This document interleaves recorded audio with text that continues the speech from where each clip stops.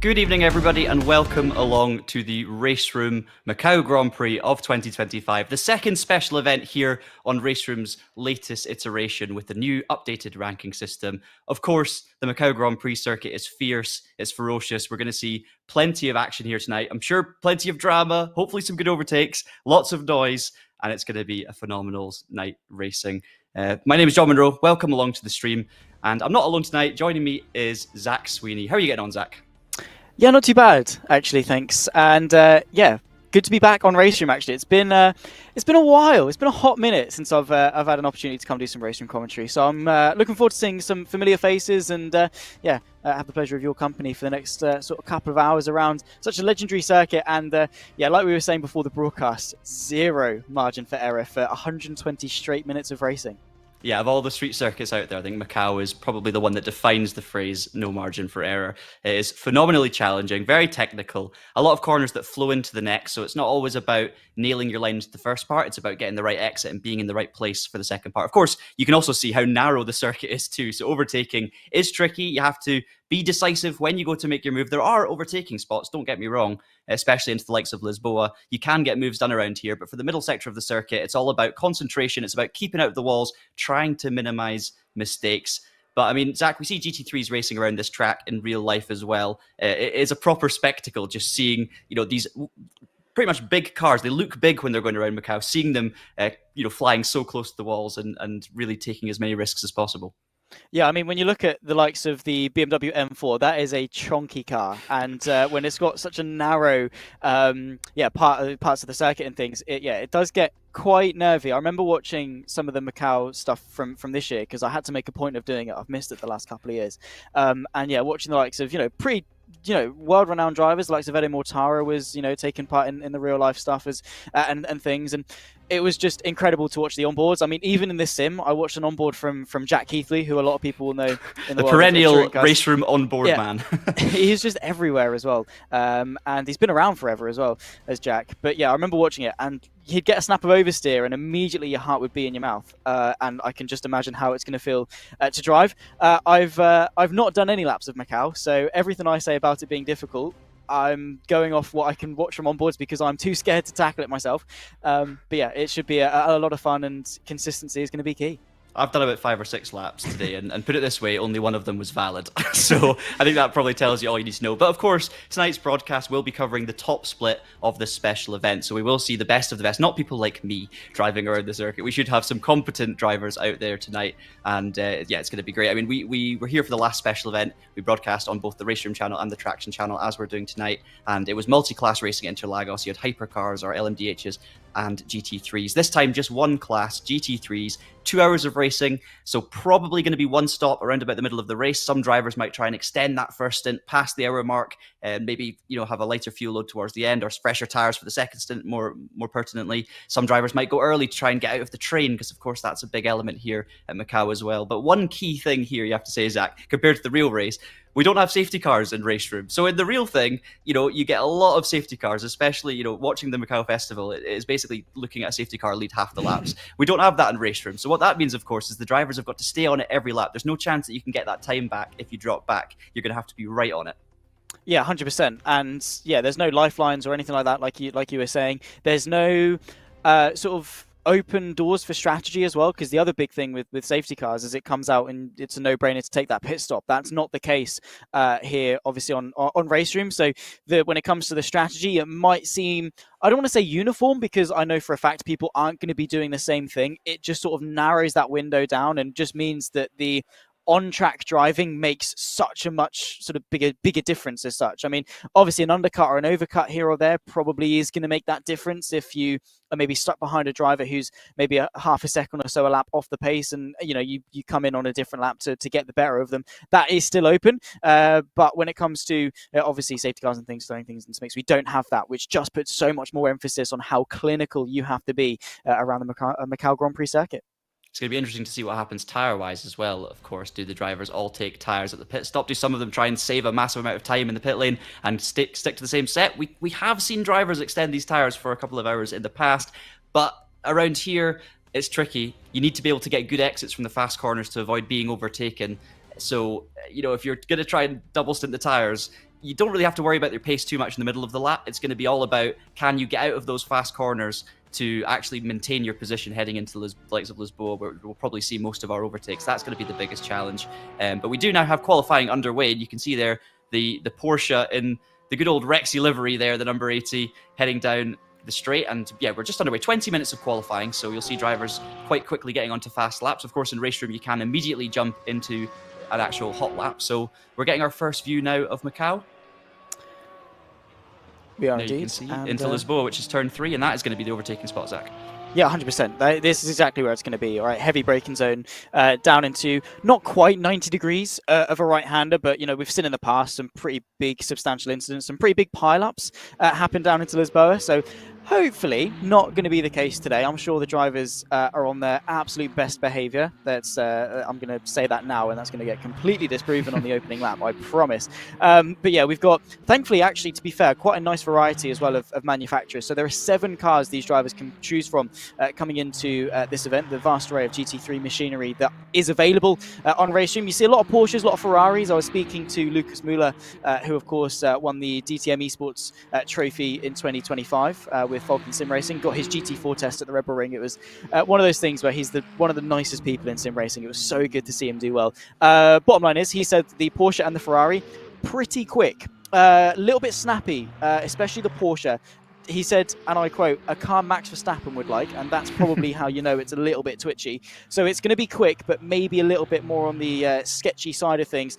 We also see the likes of the Merc, the Audi, the BMW, the Lambo as well. So a nice variety, and hopefully we're going to see a lot of them towards the front end of the field. Currently, though, John, it's a Porsche 123. It is, but I don't know if many drivers will have completed laps yet. This is just the kind of first attempts here, so drivers are just trying to get something valid in. You can see now Thomas Ribeiro heading down towards Fisherman's Bend in the Ferrari, and you're absolutely right. You said the Porsche and the Ferrari look like the quickest cars, and that does seem to be the majority of picks here. I think the Porsche is probably the strongest, or the most selected, I should say, but it is really good, as you say, to see a bit of variety there with Audis, BMWs, Mercedes in the mix. There's our first times coming in now, so Peterman 2:15.4, that's immediately ousted by Thomas Ribeiro, who we've been watching in the 51 Ferrari, and Thomas is immediately going to abandon that next lap and start again from the get a fresh exit basically out of the last corner, which is going to be key here. Now have another look at one of these Porsches, but the times immediately, I mean, 2:14.5 in GT3 cars, that's phenomenal, absolutely phenomenal. I don't want to tell you what lap time I did when I did my one valid lap earlier, but it wasn't in the 2-minute 10s, let alone down to a 2:14. That's phenomenal, and you can see just how tight and twisty this middle sector is as well. As I was saying earlier, so many corners that lead into other corners. So it's not a sort of traditional racetrack in the sense where you're, wide on the entry, get your apex and get on the power as early as possible, run all the way out on the exit. It's a lot more nuanced than that. There's so much to consider here, and it's going to be interesting to see how that plays out as well.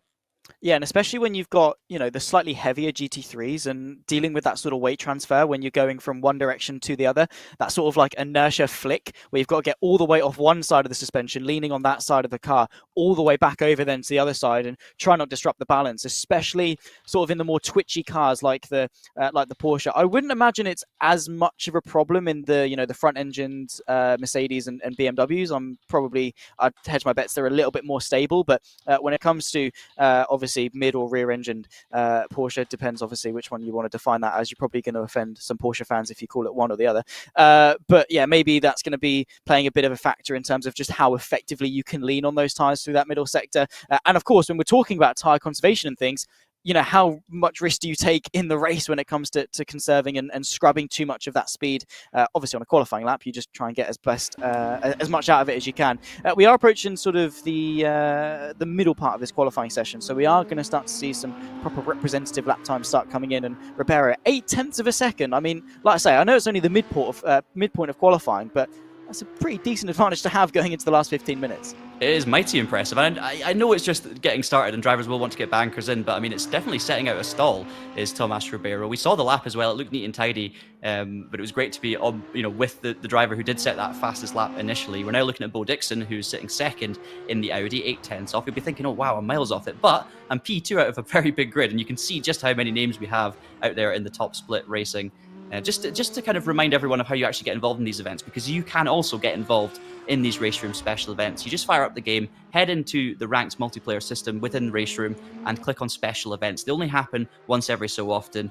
but you can take part yourself in this Macau Grand Prix. And even if you're not in the top split, even if you're not setting 2-minute 14.5 lap times in your GT3, you can race against other drivers of a similar skill level. So if you enjoy what you see here, do remember that you too can get on RaceRoom, get involved in these races. You might not get on the broadcast if you're not in the top split, but you can have a lot of fun racing against plenty of other similarly paced drivers. As we now look at Martin Petterman in the Porsche, early pace setter, coming through towards the last couple of corners now, out of Fisherman's Bend, down towards the final corner, turn 24. This is a track with many, many corners. It's relentless pressure on the drivers. This is probably the only point where you get to breathe a little bit, but the exit from here is absolutely crucial as Martin now heads for the line. What's this lap going to be? He's currently 50, jumps up to second with a 2:15.1, so he's still 7/10 off of Ribeiro, Zach, so the gap is still big, and it's looking good. And the timer, although it's still early days in this qualifying session, it's amazing how quickly time actually passes, and the further we go here, the more pressure these drivers are going to be under.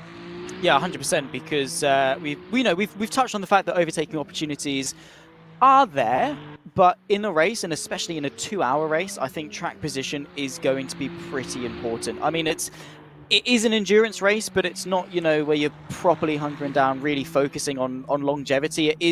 It's almost like that hybrid element. You've got the elements of an endurance race, but also that sort of pressure and intensity that you almost get in a sprint race, because by the time you know it, you're halfway through the race, you're into those final sort of 40 minutes, and it is crunch time. So I think track position is going to be pretty important for no other reason, especially than just staying out of trouble. So yeah, the pressure is on in qualifying, so I'm sure these drivers are grateful they get a decent amount of time to set those lap times. Following along there in the blue and yellow Porsche, Christian Orban, a driver that a lot of people will know in the world of RaceRoom. He's been fighting in the top flight of RaceRoom esports for quite some time, in touring cars and GTs across a lot of different disciplines, which is obviously you're very grateful to be able to do in the world of RaceRoom. However, he's not done a very good job of that left-hander there, pretty much just showing how brutal it can be. Same too for Philip Spiegel. Thankfully, it's just reset and go again. Yeah, you set him up perfectly there. A master of all these different disciplines, but not quite a master of turn 11 or whichever corner it was in the middle of Macau. But yeah, I mean, the thing is as well, around here, if you just touch a wall very lightly, it will invalidate your lap. RaceRoom has always been pretty harsh on track limits. You don't get away with much on here, and a little wall tap around here will invalidate your lap. So you'll see drivers pretty much abandon ship. And the thing is, to get the lap time around here, you have to run so close to the barriers. So it's absolutely essential. So we're going to see drivers getting as close as they can, but obviously as the session goes on, it's about getting that banker, and then it's about taking all the risks. And it was much tidier through the sector by Frieder Braun in the Audi, currently sitting in P10. We will, of course, have to get used to the different drivers and what liveries and cars they're actually picking, of course. This is not a championship, this is a one-off special event, so we don't have an entry list or anything, so do bear with us until we get used to who's driving what car. We may not be quite certain who we're looking at, but obviously this is helping us get a little bit of an idea. So Max Herberg there in the red Ferrari, sitting P11. Lots of Germans in this race as well. Probably German and Hungarian drivers seem to be the two most popular nations in this top split, but those have always been two nations that have featured heavily in the top ranks of RaceRoom.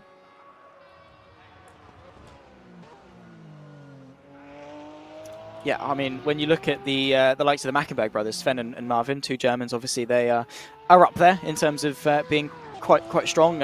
And yeah, the Hungarians, I remember commentating on the T6 Motorsport Super Touring Championship. They're called something or other nowadays, something similar in that vein, which a lot of the likes of Mickey Vicks, Orban, Ben Farkas have all raced in. And I remember at one point it was like a Hungarian 1, 2, 3, 4, 5 at some point in the race. It was insane. So yeah, two nations that are pretty strong in the world of RaceRoom.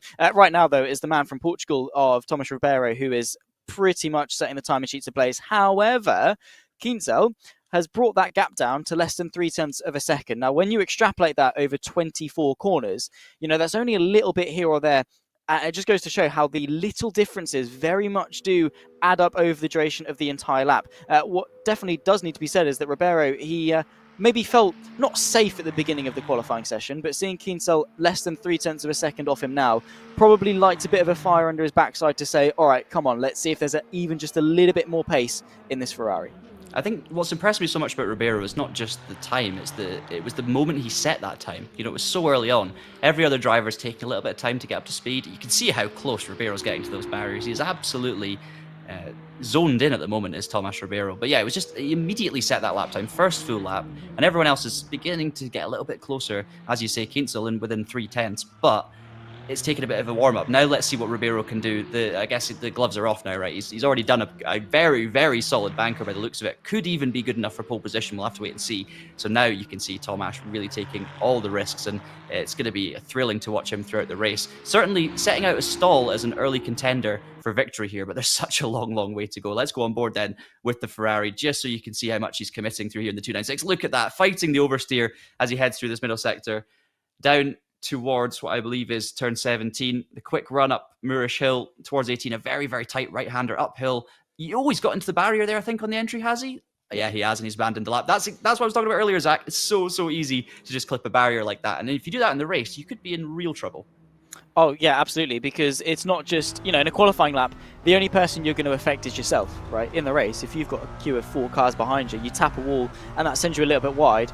Oftentimes it will cascade into something a lot worse, because even if you get offset a little bit off your line, your natural instinct is then to slow down to avoid it happening again. The driver behind you is probably going to go, well, I want to be as close up his rear bumper as I can be. That then knock of momentum, it just causes a domino effect, catalyzes something a lot worse. So yeah, these drivers have got to be aware not only of their own driving, but also the driving of other people. You can very easily become a passenger to something that you had no part in around a circuit as difficult as Macau. You're so right. And if a driver has an incident towards the front of the grid, especially in some of these slower corners, we've seen it so many times in real life. Driver goes down the inside of Lisboa, gets it wrong, puts someone on the outside into the wall, and it's a traffic jam. It's an absolute traffic jam, and we could definitely see that here today. I hope we don't, of course, but it's certainly possible. And with no safety car, that could really end your chances early. So drivers are going to have to think about the long game here as they begin the race. Obviously not so much in this qualifying section. Ribeiro's got that confidence in the car. Yes, he touched the wall earlier, slight misjudgment into turn 18, but he's straight back on it now, getting close to the barriers again. He can afford to because he's got that gap. Meanwhile, Bo Dixon has been impressive. Bo's slowly edged towards the front of the field here, getting 0.2 of a second every lap. I think he's improved 3 or 4 laps in a row now, up to 3rd place. Still almost half a second off Ribeiro, so it's still looking like, maybe we're not going to have 6 or 7 cars all within a couple of tenths at the top of the field. We maybe do have a couple of standout contenders, but Dixon is certainly impressing in that Audi. Of course, the Ferrari and the Porsche well fancy today. Was that another wall tap for Thomas? It must not have been. No, is he slowed down? Yes, he has. So that's just showing you once again, you just tap the wall slightly and it invalidates your lap. Here's a man we haven't seen much of as well, Frank Van Roon in the black Porsche, currently down in 18th is the Dutchman. And he'll be looking to try and become the best of the Porsches, let's say. But it's going to be tricky with Benza Farkas up in 7th. In fact, he goes 3rd, only 3.5 tenths off of Ribeiro. So that's a great lap there from Farkas. Yeah, absolutely. And the usual suspects, like we said, just before qualifying started, Ferrari and Porsche. Pretty quick, because of the top 7 cars, 6 of them are one of either Porsche or Ferrari. The obviously Audi of Bo Dixon up there is very impressive. Like we say, just shy of half a second off the pole position lap time, but still a second row start. And again, qualifying is one thing, 2 hours of racing is definitely another. While we aren't seeing the most consistent of drives, because obviously these guys are trying to extract pace as opposed to consistency, we have seen a couple of mistakes, and the common ones, a slight little wall tap there, turning in a bit too early there, carrying a bit too much speed, getting a slight bit of sort of that trail braking oversteer that we've all become victim to, whether we've meant to do it or not. It is brutal. So even if you are maybe a couple of tenths of a second off the pace, if you just minimize your mistakes when it comes to 120 minutes of racing, nail your pit strategy, very quickly you could probably find yourself climb up a good couple of positions. Following along there, Frida Braun for Thomas Enger Sim Racing in the silver Audi. Thomas Enger, of course, a huge sim racing team in the world of RaceRoom and on other platforms as well. They race very regularly in the Virtual Endurance Championship. I think multiple champions of that one, if memory serves me correctly. Definitely in the world of GT3 racing, so it's a team that's got the experience in this flight of motorsport, and Frida Braun flying the flag very well, actually. One of only 2 Audis inside the top 10, and with a P8. Again, there's a lot you can do with that. Still time in this qualifying session to obviously improve. But as long as you're sort of in the conversation, a couple of mistakes here or there, like I say, you nail your pitch strategy, you keep it clean. As long as you're in the conversation from the get-go, the world's your oyster when it comes to the race. Absolutely. I mean, I guess qualifying is really important at Macau in some ways, because you need to be towards the front of that train and stay out of trouble, and it also just gives you the space. We do see a lot of poles converted into wins at Macau, but it's not as simple as that. I think it's more just out of your control. If you qualify further down the pack, you can definitely still win if you keep it clean, if you do your own job. and let the chaos unfold around you. But that's the thing about Macau. You don't necessarily make moves from just attacking everyone and being faster than everyone else and scything your way through. You have to rely on others' mistakes. That's the key here. So just stay in the game, stay out of the walls, as you say, which is easier said than done. I mean, there are certain corners where, from the cockpit view, which I'm sure a lot of these drivers will be racing from for full immersion, you can't actually see the apex of the corner just because of the angles here at Macau, especially into the Melco hairpin. I mean, you're pretty much guessing. You need to find that perfect turn-in point, find a reference that marks it for you, and then you just hope that you don't hit that inside wall and cause a massive roadblock. You've got to be so careful. So that's going to be interesting to see what happens in the race as well. We shouldn't see any overtaking into the Melco hairpin, or I certainly hope we don't, because no one's going to come out the other end. Meanwhile, Yuri Kratoshvili, one of the stars of the last RaceRoom special events at Interlagos, fighting it out, and this time he's in the Porsche number 33, pushing on now towards the second half of the lap. Actually, I say he's in the Porsche. Sorry, it's the BMW, of course. And that looks like it could well be the new BMW M4 GT3 Evo. Now, we should talk a little bit about that. This is the latest addition to RaceRoom. It's not the only BMW M4 GT3 in the game, so it's not as if it's a very exciting brand new car, but it is the facelifted Evo version that's been added. I'm not actually sure if that is the facelifted version that Kratoshvili is driving right now. It's quite subtle differences. I'll need to get used to that as we continue through the stream, but hopefully we'll work out at some point. But the drivers do have the option of picking either the older M4 GT3 or the M4 GT3 Evo. So that's that. Then we've got Clemens Keitzel second place in the Porsche. Look at that time though from Ribeiro now, 2:13.9, a big improvement. I've just looked at the timing tower and I've been shocked by the gaps because he's put almost 9/10 on the rest of the field. And when you look at the names in this field, Zach, that is incredibly impressive. Yeah, like I said, I mean, it's been a while since I've done a broadcast on RaceRoom. The last one I would have done, I don't even want to try and guess, to be honest. One of the special events a few years ago, Nürburgring or Daytona or whatever. Always an absolute pleasure, by the way, with RaceRoom. They are such a good team of guys, and it's always a pleasure to come back. It's such an amazing simulator. It's one that, like we were saying before the broadcast, gives so much scope and opportunity as well. There are so many competitions hosted on RaceRoom that have obviously given drivers opportunities to go into real life racing. You look at the likes of obviously Lucas Müller with DTM. You look at the likes of Deegan Fairclough racing in GB3. Got his drive in British F4, starting on the online championship of the Rocket Race Star Formula 4 esports competition UK here on RaceRoom. I was in that competition. I did not do anywhere near as well as Deegan. Let's put it that way. But what I was saying was just, it's been a while since I've been here, and it's still the regular drivers. Your Farkashes, your Mikiewicz, your Orbans, not just the Hungarians, the rest of them. With Ribeiro, even last time I was here, he was a familiar name that was towards the front end of the field. I think definitely has taken a couple of steps up since I last saw him in terms of just sheer domination in this qualifying session thus far. But it is the usual suspects, and there is such a high level of talent on these grids that when they do go on to other platforms, or other platforms come onto RaceRoom, they either hold their own or beat some of the best drivers in sim racing. Yeah, I mean, you can't really comprehend to anyone who doesn't take part in like top level professional esports just how incredibly fast these drivers are. Like, it is phenomenal. You could be a very fast driver, you could be racing, on the hardest difficulty level against the AI, and you think you're Ayrton Senna, as many of us go through.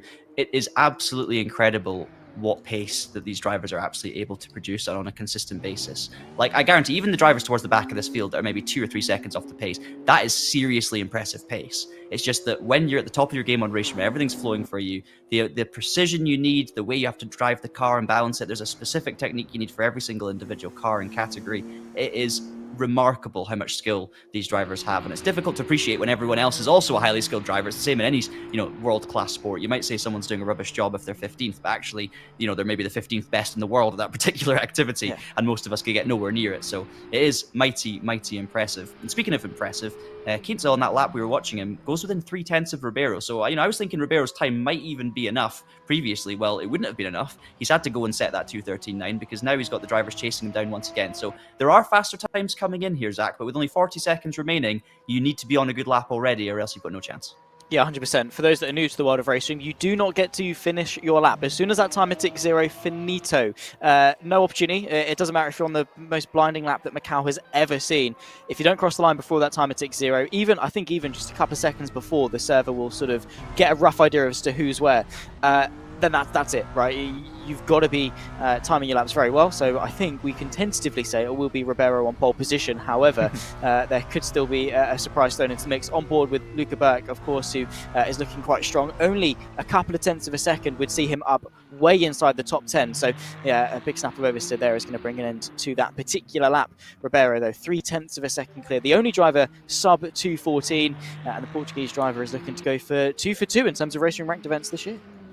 Absolutely. So it looks like he is going to take the pole here. The timer's run out. We've still got a little bit of time left. So I do wonder if the drivers will, in fact, be able to. No, they won't. And there you go. Just right on cue.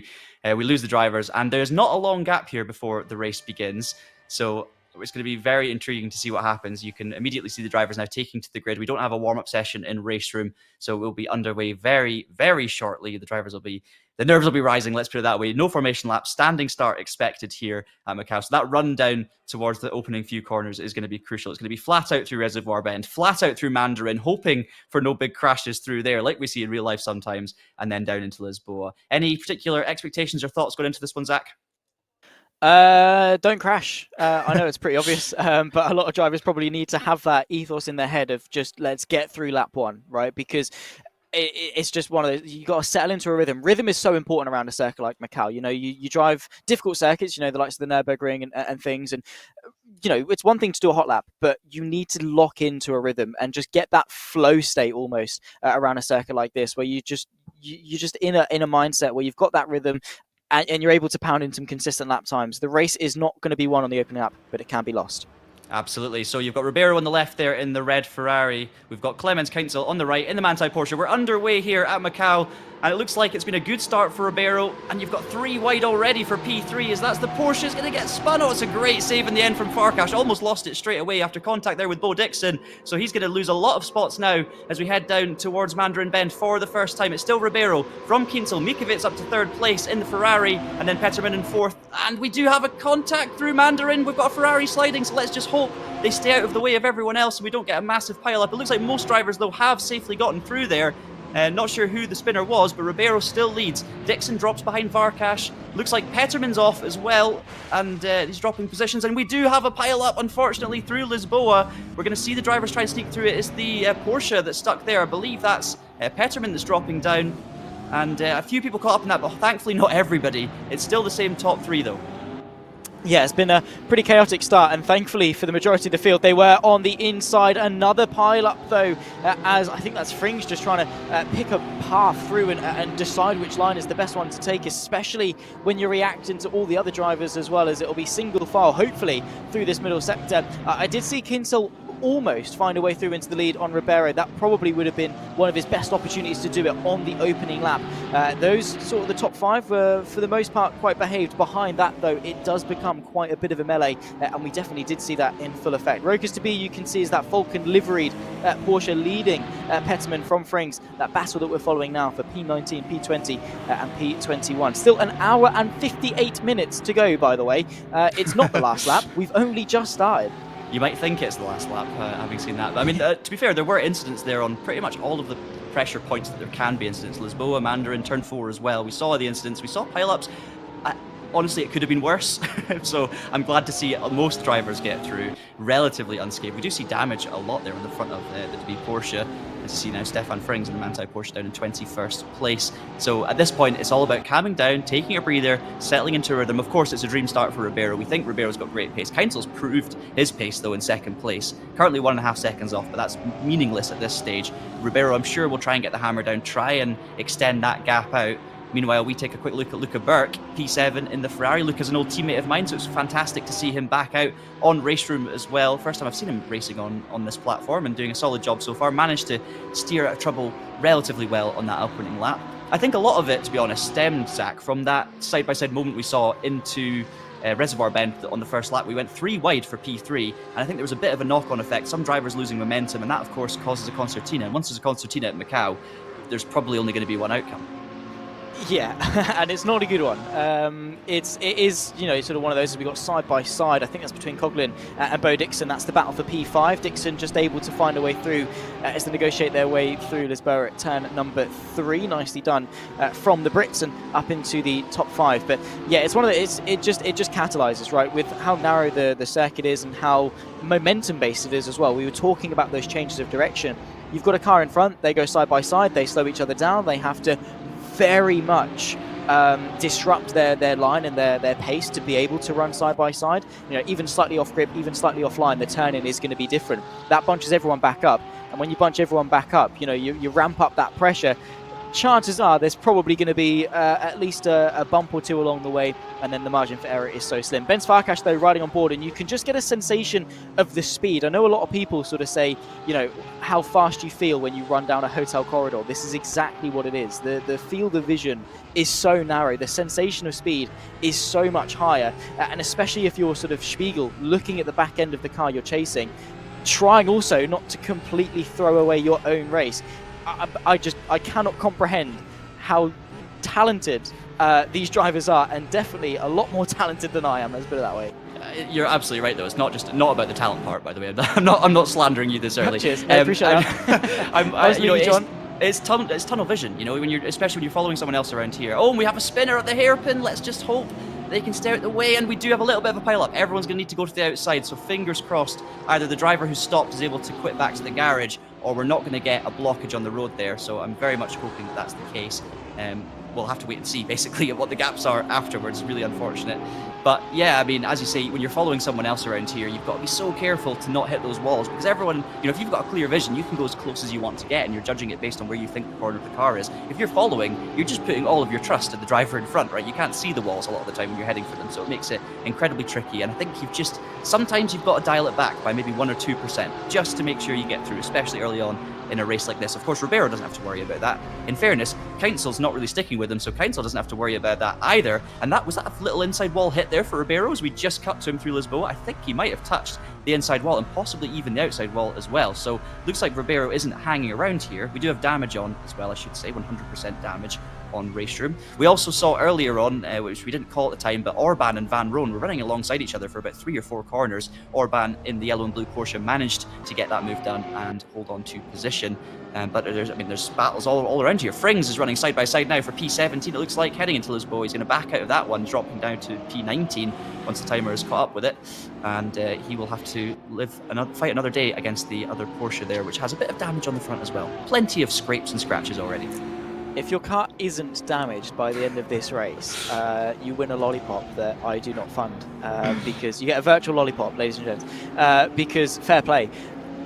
You are going to get scrapes. You're either going to get a scrape off another car that you hit, or you're going to scrape a wall at some point. It's not a matter of almost if it happens, it's almost when it happens. Being faultless for 2 hours around a circuit like this is near on impossible. I'm not going to say everyone's going to completely bury it, but there is going to be a slight lapse of judgment, maybe a door scrape on the exit of a corner, something in that vein over the course of 2 hours. But it's almost like approaching a rally stage. Continuously every 2 minutes for 2 hours, right? It's just how intense this is, right? You're almost tempted to rip the handbrake going into this hairpin. I'm sure a lot of people would like to do a nice reverse entry or something. Again, they're probably talented enough to do that. I most definitely am not. But yeah, we're going to talk about consistency. We're going to talk about minimizing mistakes pretty much the entire broadcast, and you're probably going to get sick to death of us talking about it because it is so obvious, but it is so true. We're following this battle. Luca Berg from Coughlin and Ben Farkash just in behind. That's the battle for P6, P7, and P8. Christian Orban a few seconds off the back of that one as well. And it's weird to think we're approaching 8 minutes into this race, and I'm sure the drivers are probably now approaching what we were saying before the race, that rhythmic flow state that you start to get into. They've done a few laps, they've got it under their belt, they realize sort of what position in the race they are. Now it's just a case of focus. What do I need to do on fuel? What do I need to do on tires? How can I consolidate the position I'm in, or how can I get better from where I currently am? Yeah, I mean, it's not even the position yet where you can start thinking about strategy and stuff. As we see a massive wall hit there for Kratoshvili, and it looks like Fabian Roth's going to take the inside line down into Lisboa. He was trying to do the up and under there, Zach, and the BMW just got it all wrong. Massive contact for Yuri in that blue BMW, and through goes Fabian Roth. Thankfully, Kratoshvili was able to hang on to it, but that was a spectacular slap against the Armco, and I'm sure not the first and not the last one. Even I was just trying to make the point that the drivers haven't had a chance to breathe yet. It's been so chaotic. Maybe soon they'll calm down, and then literally a car smashes into the wall. So I don't think we're quite there yet. As Kratochvili sideways through, I believe that was, I don't even know which corner that was. He's just lost the rear end of the BMW under braking, locking up. It might have been turn 7 actually, and got very, very close to another wall swipe. So Kratochvili is either carrying a bit of damage and is now going to have to manage that BMW, or is just pushing right at the limit. I mean, it's amazing to watch. Maybe not so amazing for him. Yeah, amazing to watch, probably not amazing to do. I remember one time, my first endurance race was a race at Le Mans. I got all of about half a lap in before I was tabbed around, held the brakes, and just I was still I had that much momentum. I rolled back into the pack and just got absolutely obliterated. I had to then do a half a lap at Le Mans, crabbing with 90 degrees left hand down. It looked great on the broadcast, but I was absolutely frightened for my life out there on circuit, as we saw there, Luca Burke get the turning in point slightly wrong for the hairpin. Now, any more than that and it would have been destined for the wall. The turning circle on these GT3 is definitely not enough unless you are absolutely pinpoint precise, and obviously again, when you're following another car, your turning in reference probably isn't exactly where you'd expect it, or you can't quite see it when you want to see it. So yeah, just a sight there into what can happen if you just get it slightly wrong. And it's almost a case of when do you commit and when do you maybe accept your fate and tap the brake just to make sure you can get that nose of the car around the entire 180 degree corner of the hairpin. You're exactly right. It's actually a real technical achievement to try and learn how to get around that hairpin properly. You see a slight difference in the tarmac colour. It goes from a darker shade to a lighter shade, but you have to keep going further than that, drive all the way deep into the corner before you start turning in, and you need to get your arc absolutely spot on in order to get around there without doing a 3-point turn, because as you say, the turning circle in these cars is not the worst, but it's not the best. And if you thought Lowe's hairpin was tight, this hairpin is just another deal altogether. So you have to be absolutely spot on. And if you get it a little bit wrong and try and turn out of it, even that can be enough to then put you in the outside wall. You have to be absolutely spot on. And as you say, we've seen drivers in the past actually using a bit of handbrake to get around that hairpin before. It's been banned in certain series. We saw Sebastian Loeb do it. I actually did it in an old RaceRoom official World Touring Car Esports Championship back in the day. Our whole team did it, and we all got penalised because we were causing like a kind of log jam on the apex and then just driving out as we see a Porsche off in the wall. That's Frings in the Porsche. So he's done all the hard work to make up the places early on. He's seen a lot of incidents around him, but unfortunately this time it's Frings that's in the wall, and he's going to drop down all the way outside of the top 20. So thankfully we see him recover and get that car back underway. Hopefully no damage as well for the Porsche. So live to fight another day, but he's going to have to get the head down now and close down that 7-second gap, redoing all of the hard work. Thankfully, I say good news, it's not really good news. The less bad news maybe is that he's still got 1 hour and 49 minutes to do it. So, as bad as it is, it's almost better to make the mistakes now to give yourself the opportunity to come back from it as such. The last thing you want to do, take Ribeiro for instance, right, he's going to be maybe faultless for 1 hour and 40 minutes, and then we get to the last 8 minutes. That's sort of the mistake you don't want to make because of how close you were to doing it. Did think that Herberg in that Ferrari took a astronomical amount of speed into that right-hander there, and was very close to hitting the both the BMW's rear end of Saucer and also the barrier on the outside.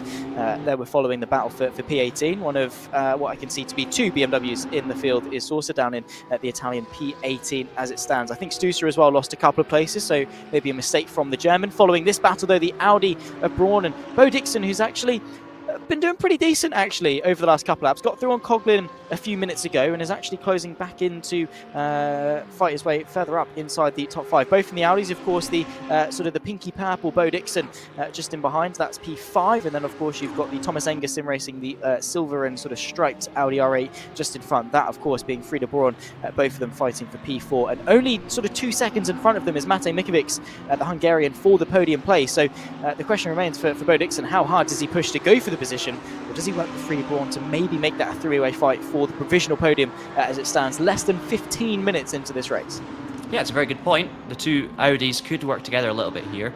Bo Dixon's been really impressing me in recent events. You know, this is a name, a driver we've seen racing for years, taking part in so many different events, is ever present, but has just been really impressing with the speed, and especially in a competitive field like this, really holding his own in the Audi and taking it to the front runners. He'll be happy sitting in 5th at the moment, 12 seconds off the lead. Of course, Ribeiro is pushing on. I mean, Ribeiro's built up a 6.5-second lead now, has the Portuguese driver, and is clearly getting very close to the barrier. So, you know, speaking of close to the barriers, Bo Dixon gives the barrier a little kiss there on the inside, but should get away with that one. I don't think it was too heavy a hit.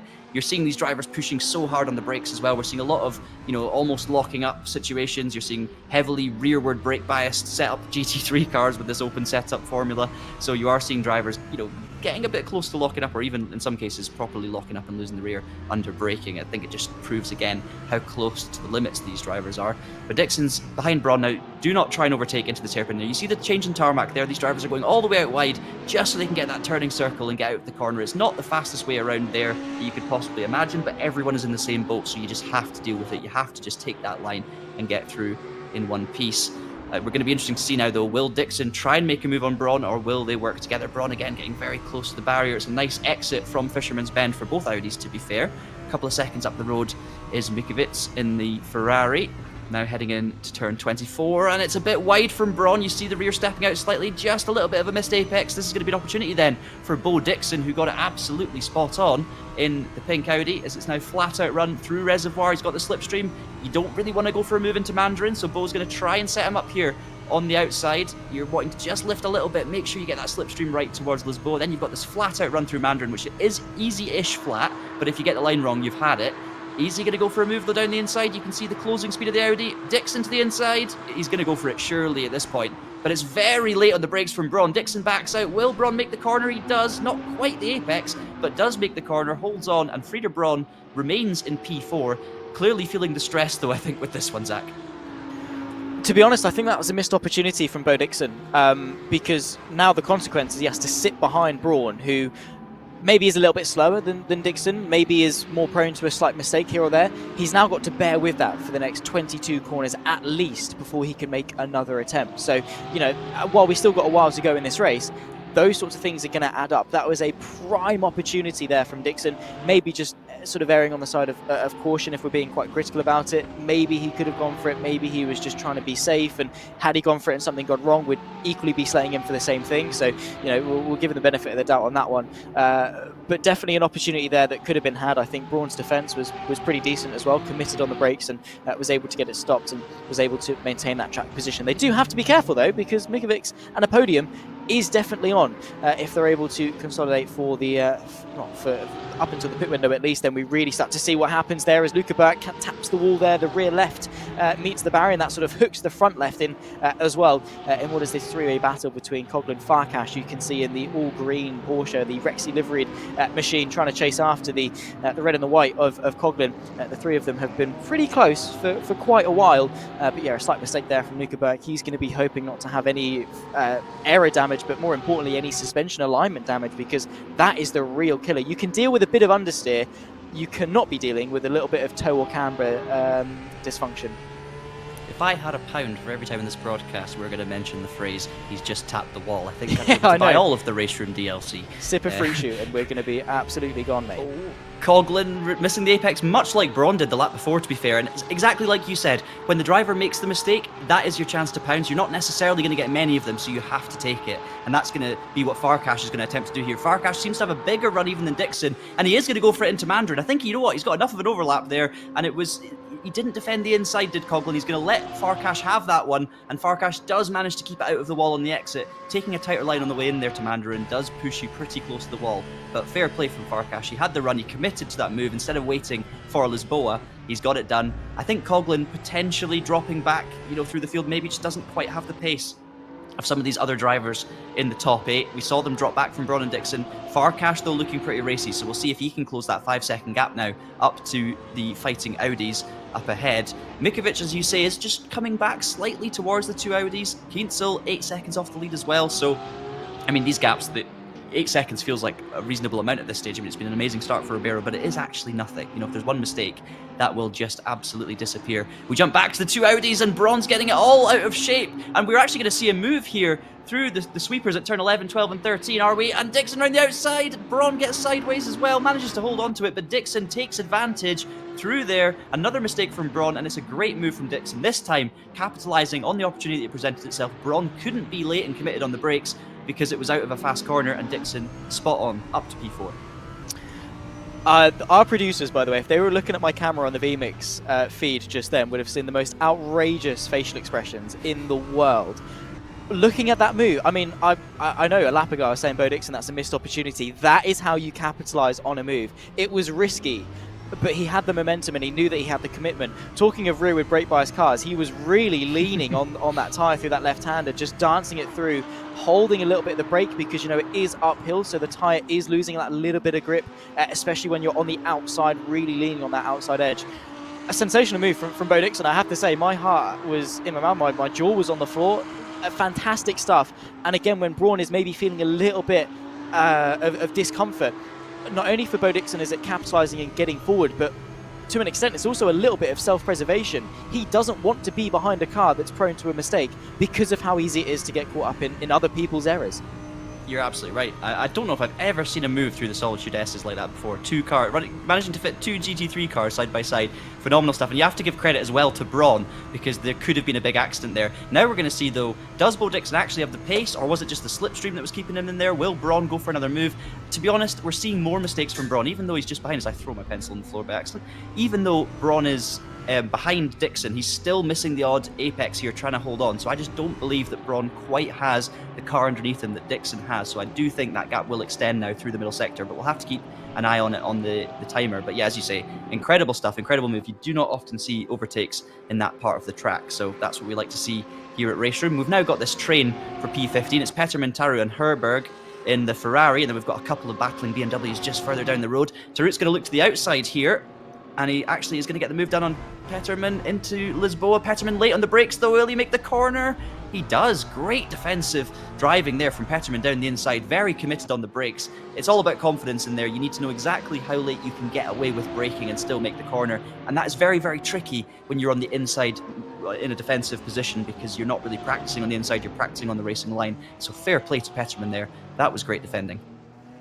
If there is sort of one thing that commentating on like karting, for example, with the likes of the UKC and WSK and stuff, has taught me, it is that, and to be fair, sim racing and racing generally, in all fairness, is that you're 100% better off just committing to a move than sort of going in with that 50-50 mentality of, oh, do I, don't I? Because the minute you start doubting yourself and you sort of go for a move and then think last minute, oh, actually, I don't think I'm going to want to do that, that's then when you start to lock the rears, or maybe you break it, you're in too far, you lock up and you panic. The minute you start panicking and start doubting yourself is the minute the mistakes come in.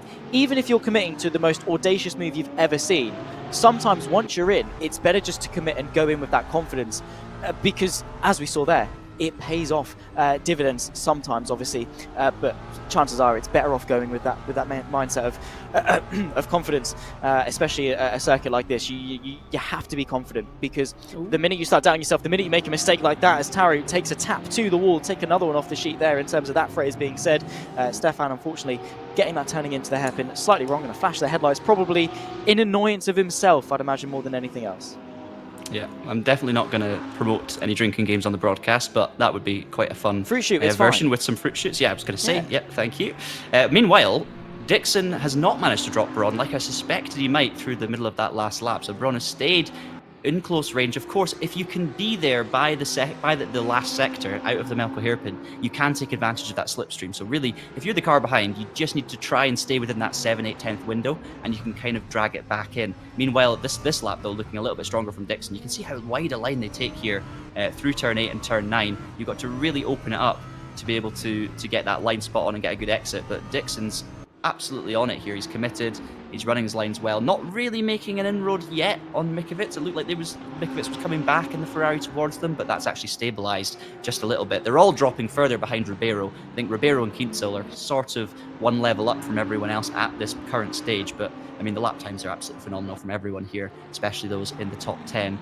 Be interested to see now if Braun can just calm it down a little bit, maybe try and dial out some of those mistakes. I mean, it must be absolutely exhausting driving around this track for 2 hours at this speed. You know, I've actually done a long stint around this track before, but to be fair, it was playing a motorbike game with a controller, and I crashed about 7 times a lap, and it was for an event where I was racing against someone building a Lego motorbike, so it wasn't quite the same physical exertion that these drivers are currently putting out there on the circuit.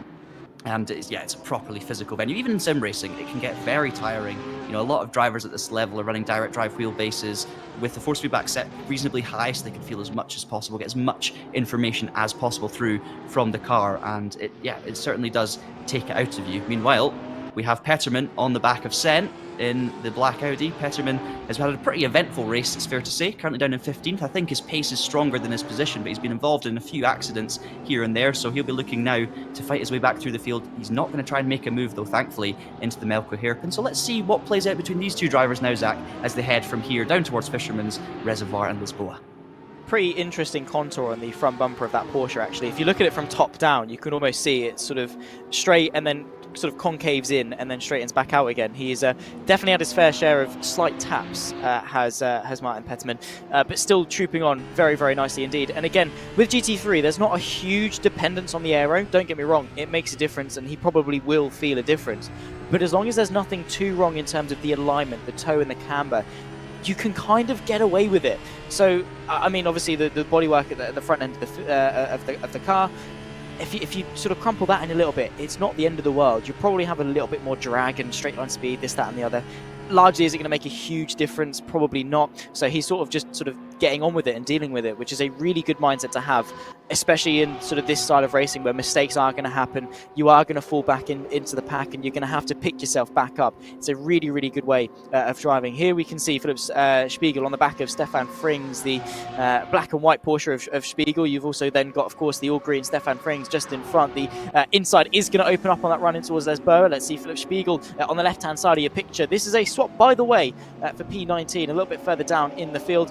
Gets it done quite nicely, and I think Stefan Frings a little bit to the wiser there, not to try and hang it around the outside of turn number 3. I do worry if Frings is still carrying a little bit of damage from the eventful start we saw. I don't think he picked up too much from the Lisboa spin, but I think that wasn't the only incident that Frings has been involved with. And I might be wrong.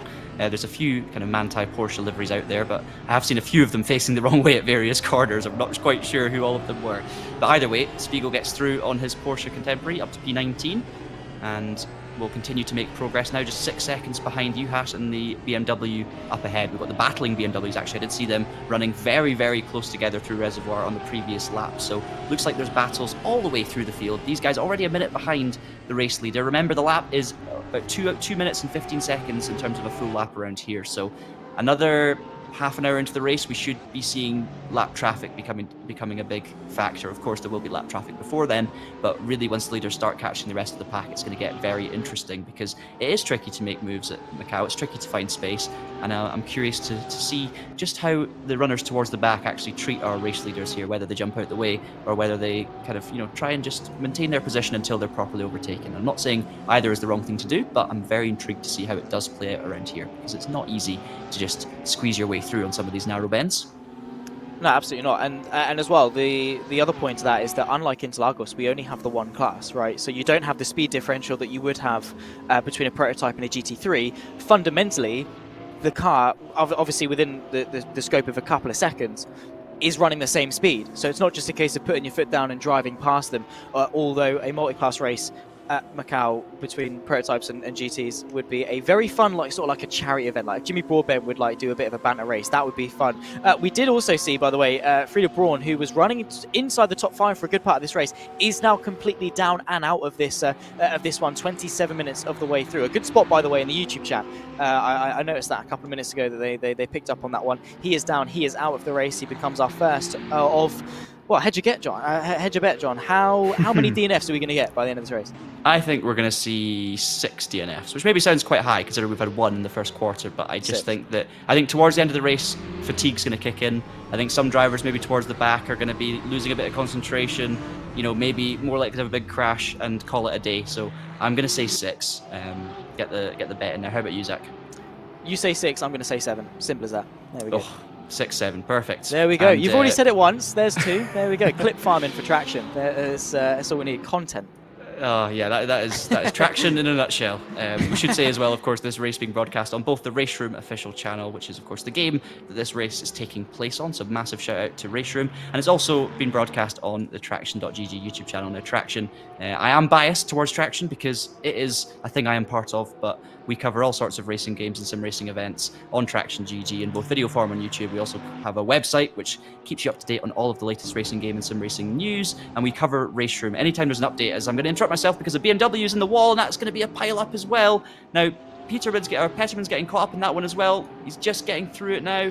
The BMW is Uhash in the blue beamer that's stuck there, the Hungarian. He's going to try and get out of that one, but he's going to have to watch because more cars are coming through. He's just about left a car's width, but now is the moment. He's going to recover. And yeah, real shame there because that was one of our 2 battling BMWs, and it's obviously gone wrong at some point, and it's unfortunately affected another one of the Manti livery Porsches. So again, if you pick the Manti livery Porsche for this race, I think you're not in such good luck. There's been a lot of incidents involving those cars. But just to very quickly finish, you can of course keep up to date with all the latest racing game news via the Traction.gg website. We have you covered with patch notes and update notes and all sorts of stuff. So do keep an eye on the Traction website, and a big thank you as always to RaceRoom for hosting these brilliant events. And remember, you can take part too via RaceRoom's ranked online system and special events. So we'll keep you in the loop with what's coming next as well.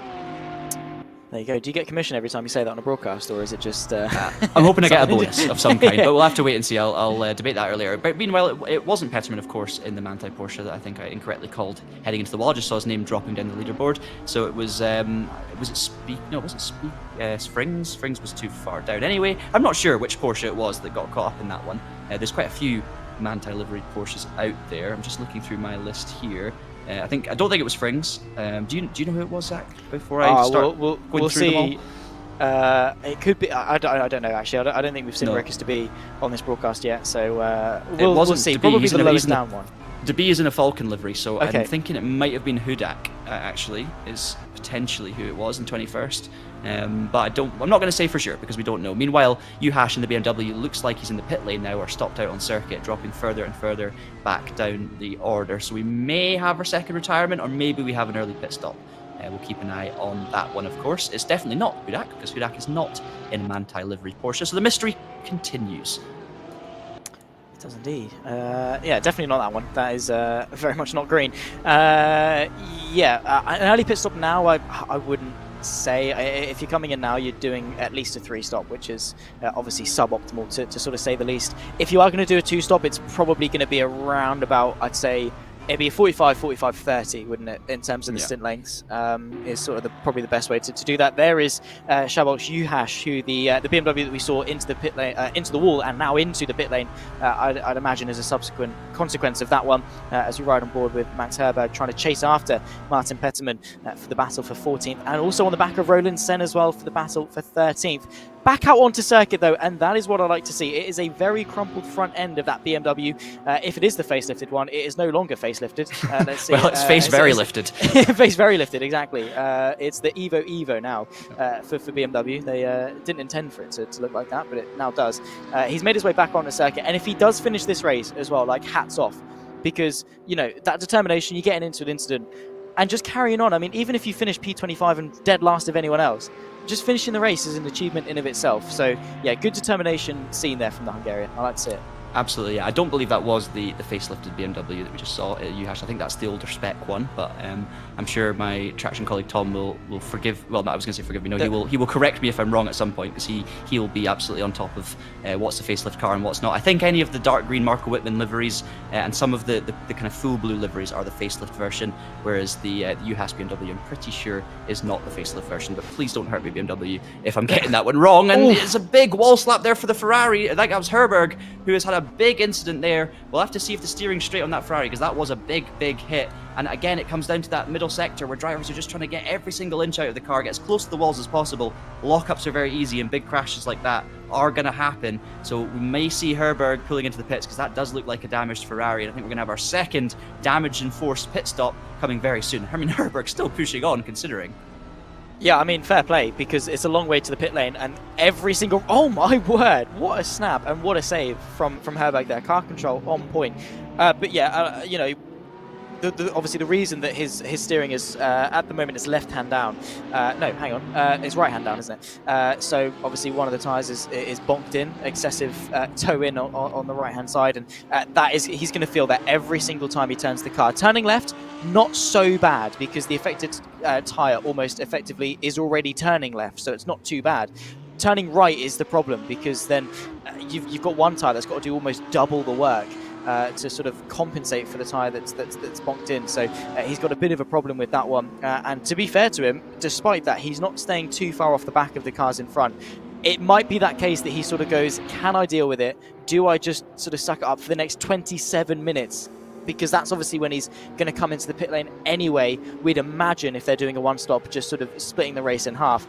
That's sort of what we'd imagine will be happening. Also, furthermore, by the way, Bo Dixon, continuing a sensational run of form, is onto the back of Mate Mikovic. This is the fight for the podium, and the Ferrari, I think, maybe feeling the pressure. Did I see a wall tap coming out of that right-hander? Nonetheless, Bo Dixon, the Brit, is on the back of the Hungarian for P3. Yeah, I think I saw a wall tap, so I think you're absolutely spot on there. I think, and put another pound in the jar or have another sip of fruit shoot. Up to you which way to go. But Dixon, yeah, within half a second of Mikovic, and obviously long time ago shook the shackles of Braun, as Braun unfortunately was our first retirement here. We missed what happened to Braun, but he was clearly pushing on, just trying to stay with Bo Dixon. We were still seeing a driver that was 100% committed, and speaking of 100% commitment, Bo Dixon getting a bit sideways there in the Audi. These drivers will be running a little bit of traction control, but as you can probably tell when you go on board, as little as they can get away with. So you're trying to maximize your speed at all points, and just a tiny bit of traction control to kick in and keep you in check occasionally is what you want. The fastest drivers in the world will be using as little of it as possible, because of course, by its nature, it does just slow you down. It's much better if you can control the rear end of the car with the throttle. As we now look at another battle of two Porsches towards the back. So it's Hudak and De Bie. Rokas in the Falcon livery car, who we saw having a bit of an issue earlier, and that front of the car is definitely not looking new anymore, as De Bie has another big slide there in the Porsche, the only rear-engined car, of course, in this GT3 selection, but managed to gather it up and get away with it. We're seeing so many close calls. I think Kratochvili's dropping back, unless that's an issue with the timing tower. I think he might be, because Taru is just got past, but had to delay a little bit there as well. So yes, Kratochvili down to P19 has got some issues in his BMW. We've got yellow flag in Sector 3. I'm going to guess that's possibly the hairpin that Kratochvili's stuck at, and we're just seeing more changes of position now as drivers come through. Looks like it was, in fact, the hairpin. He's got underway again. And that is the... actually, no, that's Juhas, who's 2 laps down. There's Kratochvili. It's not the hairpin, and that was a collision, and that's going to be a roadblock unless these drivers can get out of the way. So, yeah, brilliantly done. Kratochvili now, though, is going to have to get this car turned. Thankfully, he's got a 20-second gap before Vegas comes along, and he's going to get this sorted. So he must have been just waiting there, Zach, trying not to block the road for ages as he tries to do a 15-point turn. Oh, that's there's Vegas. No space. No. Well done. That could have been so much worse, but I think Vegas might take some damage from that, unfortunately. It's like watching my driving test all over again. Look at this. Oh my hang word. On. The leader's almost going to come through here, because that's about a 100%. 2-minute 15 gap. So this could be dramatic for the race leaders. We're going to have to keep an eye on this. Yeah, 100%. We're riding on board at the moment with Bo Dixon on the back end of Mate Mikovic.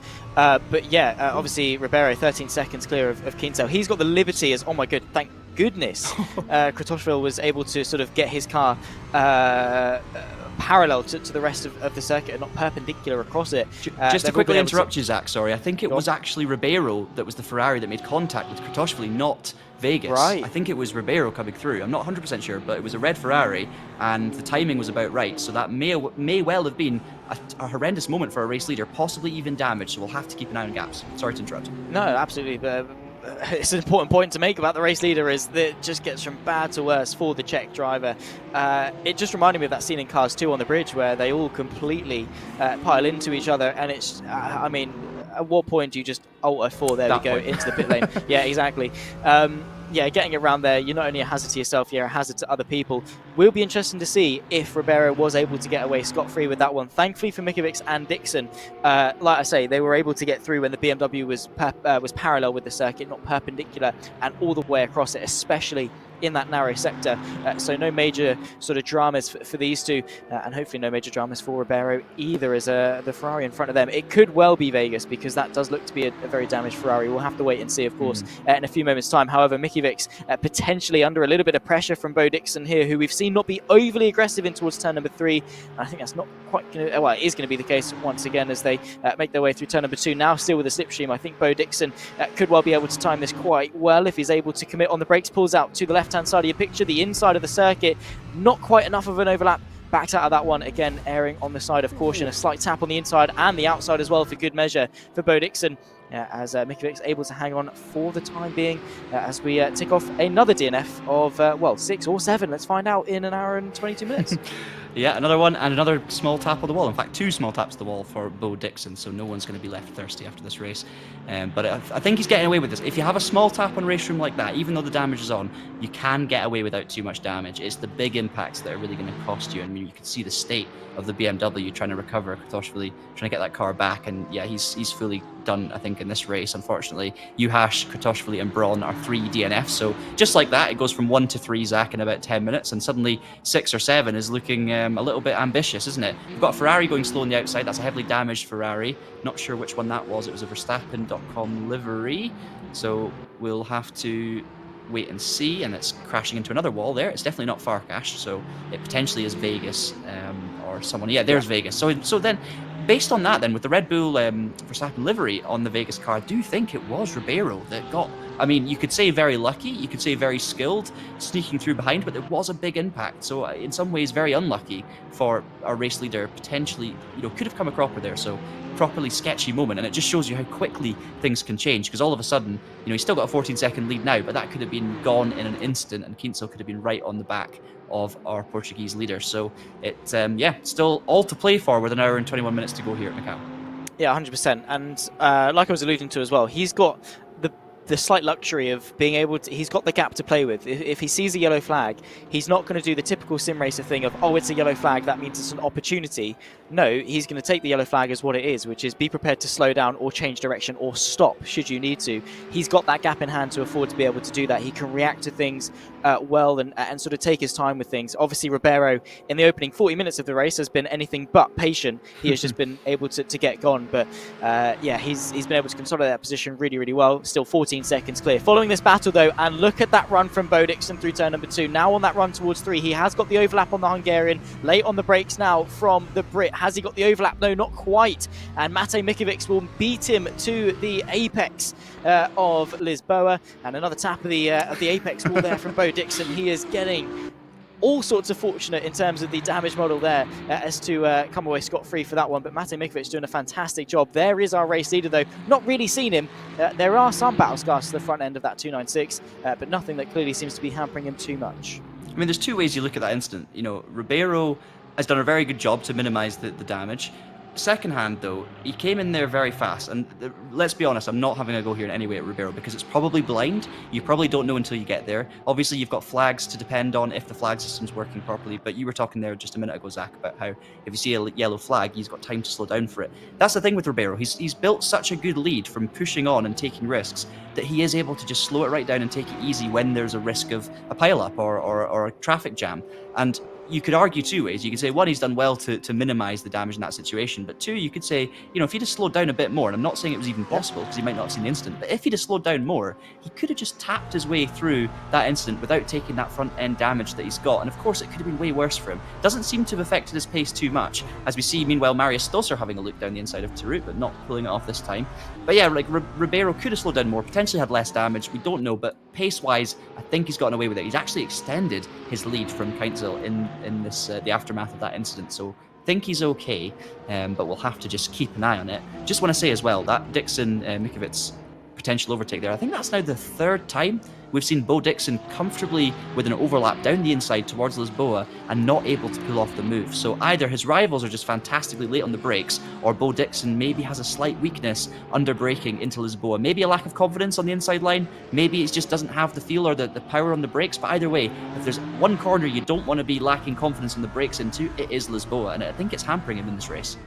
Yeah, like we say, his a couple of missed opportunities as Roland Sen goes in a bit too deep for that long left-hander as they work their way through a very narrow section of the circuit. Widens back up again in towards the hairpin as you put on all sorts of lock and try and then find some. You almost turn into a bit of a contortionist trying to get your arms further around the wheel. Herberg there maybe trying to capitalise on a bit of a mistake from the Swiss driver. But when it comes to Bo Dixon and missed opportunities, it's almost like hitting a wall at Macau in terms of how often it's happened. Again, not to slate him, because his pace is remarkable, and oftentimes being earlier on the brakes isn't a bad thing. One of the sort of I guess best tips that I give to people when they're first starting sim racing is actually brake less but for a little bit longer, carry that minimum speed through the corner, flow a little bit better, and at a circuit like Macau, sort of minimizing how harsh you're on the stoppers is always going to be quite important, as Max Herberg here kind of capitalize on a bit of a move, has to tuck back in behind the Audi of Roland Sen for P13. Nonetheless though, Bo Dixon probably needs to find a little bit more measure on the brakes to really seal the deal and find his way up into P3, but maybe in 17 minutes time with pit stops he could get an undercut. Not waiting around for pit stops at all though, is Herberg there to the inside of turn 3, showing some people how it's done. Very nice move. We've got another Ferrari making a move now with Stosur down the inside of Tarut. It's not going to be there. No, it's not. I was thinking that was looking a little bit sketchy, going too wide through there, but they've got away with it. And it looks like Stefan Tarut might hold on to that position now, heading down towards Lisboa, unless Marius Stosur goes for a crazy inside move. We have seen it, but not on this occasion. So slots back into P18. Just want to give a shout out to everyone watching on the YouTube chat. Leave your comments, let us know if you're enjoying this race. We're getting some great chatting already. Apparently Ribeiro is streaming on Twitch and actually still responding to viewers and fans, so that's amazing considering he's driving around Macau. I mean, that's hard enough to do that without having to be on Twitch streaming and without responding to people in the comments. So mighty impressive from our race leader. Meanwhile, we jump back to this battle for P3, Mikovic and Dixon. Still Dixon looking racy. I think he's just got a slight edge potentially on pace over Mate Mikovic, and he's going to have to try and capitalise. But I'm just not sure he's got the confidence to send it into Lisboa. He's either going to work out something else, find the confidence, or wait for a mistake, or try and force a mistake. And to be fair, he did manage to get the move done earlier on bronze, so it's clearly doable. But he's going to have to think a little bit outside the box or change something here as Bo Dixon. Or just keep putting on the pressure. I guess there's only so much you can do. Maybe stop tapping the wall as well. Would help, actually, yeah, funnily enough. Oh, there we go. He's not listened. A very good point, actually. Speaking of the YouTube chat, you guys, if you ever want a job in commentary or analysis, you've all got one. One comment saying that after Dixon loses in the overtakes, he actually does then tend to make more mistakes as well, whether that's out of frustration or what. But having that mentality of confidence and things is so important, that if you miss out and maybe he's gone, another missed opportunity, kicked himself a little bit, or even off-sighted because he's lost some of that momentum, he then sort of, again, it catalyzes, loses that rhythm, then sort of finds itself into some more mistakes, which, thankfully he's not had too much dramas in terms of damage, but it's definitely dropped him off the back of Mikovic, which means he's then got to work that much bit harder to catch back up, to then even have another sniff at an opportunity. So it does offset him every time he goes for a move and misses out. It then offsets him by a lap or two, and that's time that's ticking down and losing out on opportunities. Here comes Stosur on the outside of Tarut, who comes back over to the left-hand side to open up this fast right-hander here at Mandarin as they work their way towards turn number 3. The Ferrari down 3 places from where they started. Is the German driver looking to make that just 2 places down to the right-hand side, and will find his way through nicely on the inside. I don't really think Tarut is going to try and go the long way around, and cleverly backs out of that one. A nice little move there from Stosur, and exactly what we need to see from Bo Dixon, just clinical and committed on the brakes. Yeah, I think the challenge for Dixon is, right up at the top of the field, every other driver is going to be equally as committed, equally as confident, equally as fast. So the further you get the field, the harder it is to make those moves. Stosur's been setting that one up for 2 or 3 laps now. Been a great battle between those two, and Tarut takes the safer option, lets him go that time, but it was a valiant defense nonetheless for the few laps before then. We did see some big movers, Sen and Sorzi up 10 spots, 14th and 16th in this race. They've made huge progress. I'm sure capitalising a little bit on some of the pile-ups and car parks we've seen around Macau, which to be fair, there's been a few. But of course, the front row remains unchanged. Meanwhile, Orban's just got past Luca Burke for P7, it looks like. So Orban in the Porsche making moves. Burke in the Ferrari dropping back slightly, and that's the 4th spot that Orban has gained in this race, so he's a big mover towards the front. In fact, the reason he's passed Burke is because Burke makes a pit stop. Now, I don't know if he can get to the end with an hour and 13 minutes to go. That could be a 2-stop strategy, Zach, as you suggested, maybe a 45, 30, maybe though, if fuel usage is very efficient, Is there a chance you can stretch it that long?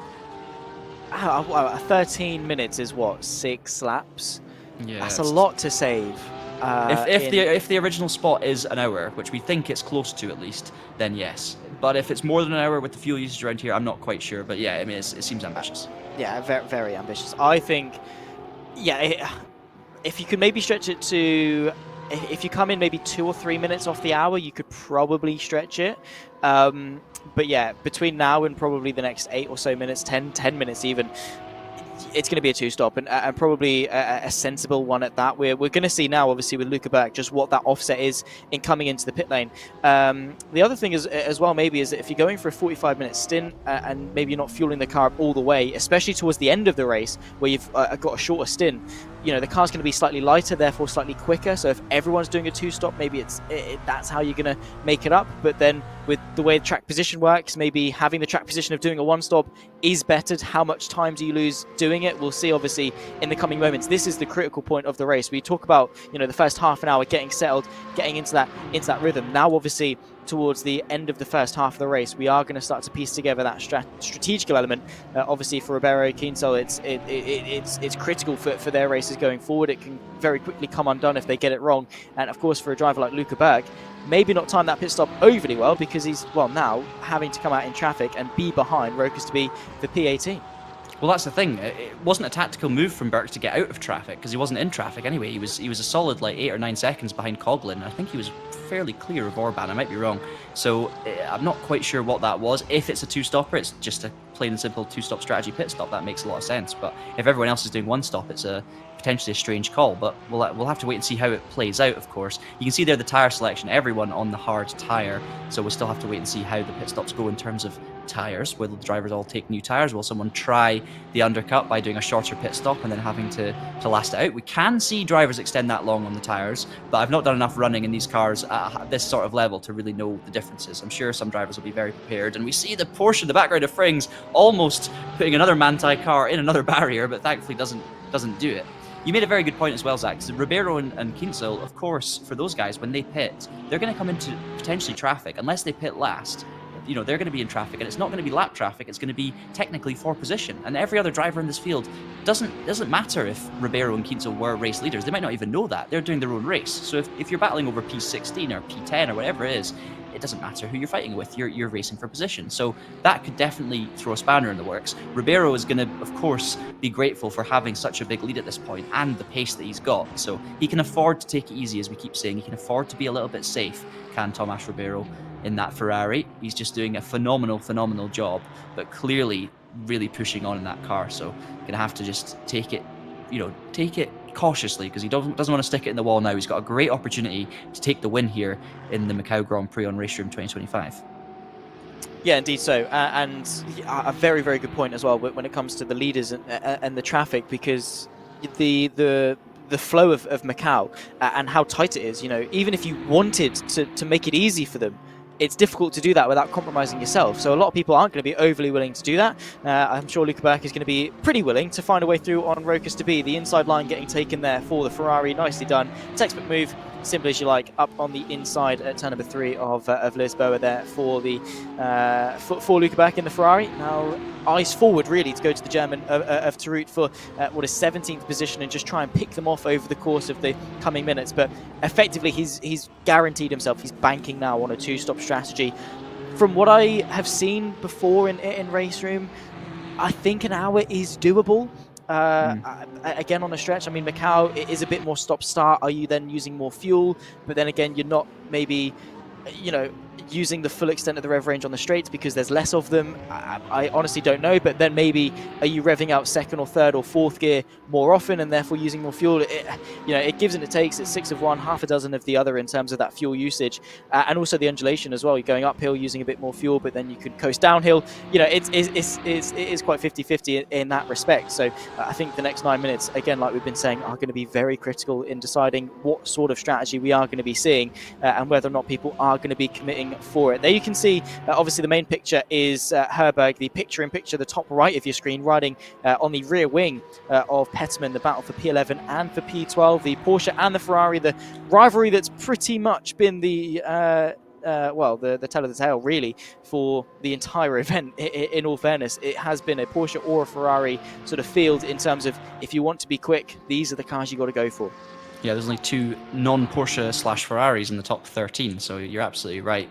Just a couple of comments to allude to in the RaceRoom live stream here. We've obviously got the traction and RaceRoom runs running together, so we'll keep an eye on both sets. But first of all, shout out to Lucas Marchand. We did see Lucas in the practice session for this race. Should have been in split 1, should have been taking part, but unfortunately appears to have some sort of game crash or something. So shout out to you, Lucas. Hopefully you're enjoying the show anyway. Sorry you're not competing, because I'm sure you've put in a lot of work to prepare for tonight's event, but we'll hopefully see you again soon.